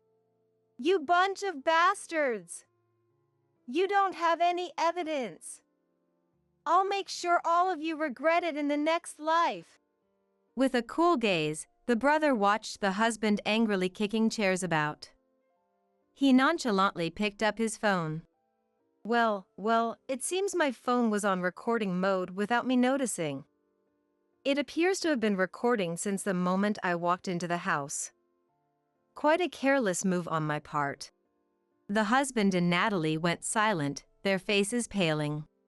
Also, didn't mention this earlier, but we have surveillance cameras in this room. They've been recording everything. Installed them because Dad's dementia was severe. We wanted to keep an eye on him just in case. Quite the coincidence, right? In the quiet living room, the brother continued his monologue. The forgery of the will, that falls under penal law, forgery of a document with a seal. Those harsh words you directed at us just now, that's intimidation under penal law. There's a police station nearby, they'd come right away if we called. But well, the inheritance issue is resolved, and if you swear not to meddle with Emily's share in the future, maybe there's no need to report this. What do you think? As he spoke, he said, I'll send this voice recording to my computer abroad, it'd be a shame to waste it. And began operating his phone. I had been quietly observing their exchange until now, but I pulled out some documents from my bag and thrust them towards my husband. Let's get a divorce. Right here, right now. I spread out the completed divorce application, a pen, and my husband's personal seal on the table. Hey, wait, think about this, all right? I apologize. We've been together for so long, we've had good times, right? Who do you think has been providing for you? That's enough. Quit your blabbering and sign this. I'll report you. With a fierce expression, I gripped my phone. Resigned, my husband dropped his shoulders and signed the divorce papers. Natalie. It's over for us too. Once I had the money, you planned to take it and be with Liam, didn't you? I had a detective agency let me listen to the records of your conversations with Liam. Natalie hung her head, covering her face. After that, my brother and I divorced. The husband, after the divorce, left the house. The inheritance he thought he had gained was not only worthless, but he was exposed for the will forgery by Natalie, and everything that happened in the living room was recorded. He must have been boiling with rage, but there was nothing he could do about it. The surveillance camera in the living room was indeed installed for taking care of my father, but it also served the purpose of collecting evidence of my husband's emotional abuse. If my husband refused to divorce after gaining the inheritance, and it caused a dispute, I planned to present it as evidence in the divorce trial. When I discussed this with my brother, he suggested that we could make use of that camera as well. After the divorce, it seems rumors of his affair spread at work, and he lost his place there and resigned. It seems his colleague saw him entering and exiting a hotel with a family member who wasn't his wife. His parents had already passed away, and now that he had lost his home and job, he's nowhere to be found. I had asked for compensation in the divorce trial, but I didn't want anything to do with Liam anymore, and since I had received the inheritance, I didn't care. Natalie, Liam's affair partner, also lost everything because of the incident, just like Liam. Until the end of her divorce with my brother, she persistently pleaded, I don't want to break up. Don't leave me. But the divorce was finalized when irrefutable evidence was presented in mediation. Compensation was also claimed from Natalie in the divorce trial, but she had spent a lot of money while her husband was absent, so that was claimed as well, leaving her completely penniless. Without a job or a home to return to, just like Liam, he seems to be eking out a living in a rundown public housing unit, subsisting on welfare. My brother is still stationed abroad, and he's put up the house where Natalie and he used to live for sale. He's decided to live with me in the house that our father left us. I was living modestly, but with my brother contributing to living expenses, life has become stable. The value of the land our father left us has been rising annually, and now it's easily worth over $10 million. Freed from the duties of caring for my father and enduring my husband's emotional abuse, I'm living at ease. Now that I have some time to myself and live alone in this big house, I wondered if there was something useful I could do with it. Around that time, I saw a TV show about exchange students doing home stays and thought, this is it. So, I decided to start renting out my spare rooms. Now, I provide affordable rooms to college students and exchange students, and I live a lively life with them. We eat meals together, play games, help with assignments. It's like we're one big, noisy, happy family. On days when I have some spare time, I also volunteer to read children's books at the local public library. I don't have any children of my own, and my heart had drifted apart from my husband. I had always feared how lonely I'd feel if I lost my beloved father on top of all this, but now, my days are incredibly lively and filled with vitality. I can't tell you how happy it makes me to connect with young people at this age and feel that I'm contributing, even a little, to society. There were many times when I wanted to run away from my own life because things got so hard. But now, I'm loosely connected with my brother, my roommates, and the people in my community, and I'm living fulfilling days. I savor the simple happiness that I've finally attained every single day.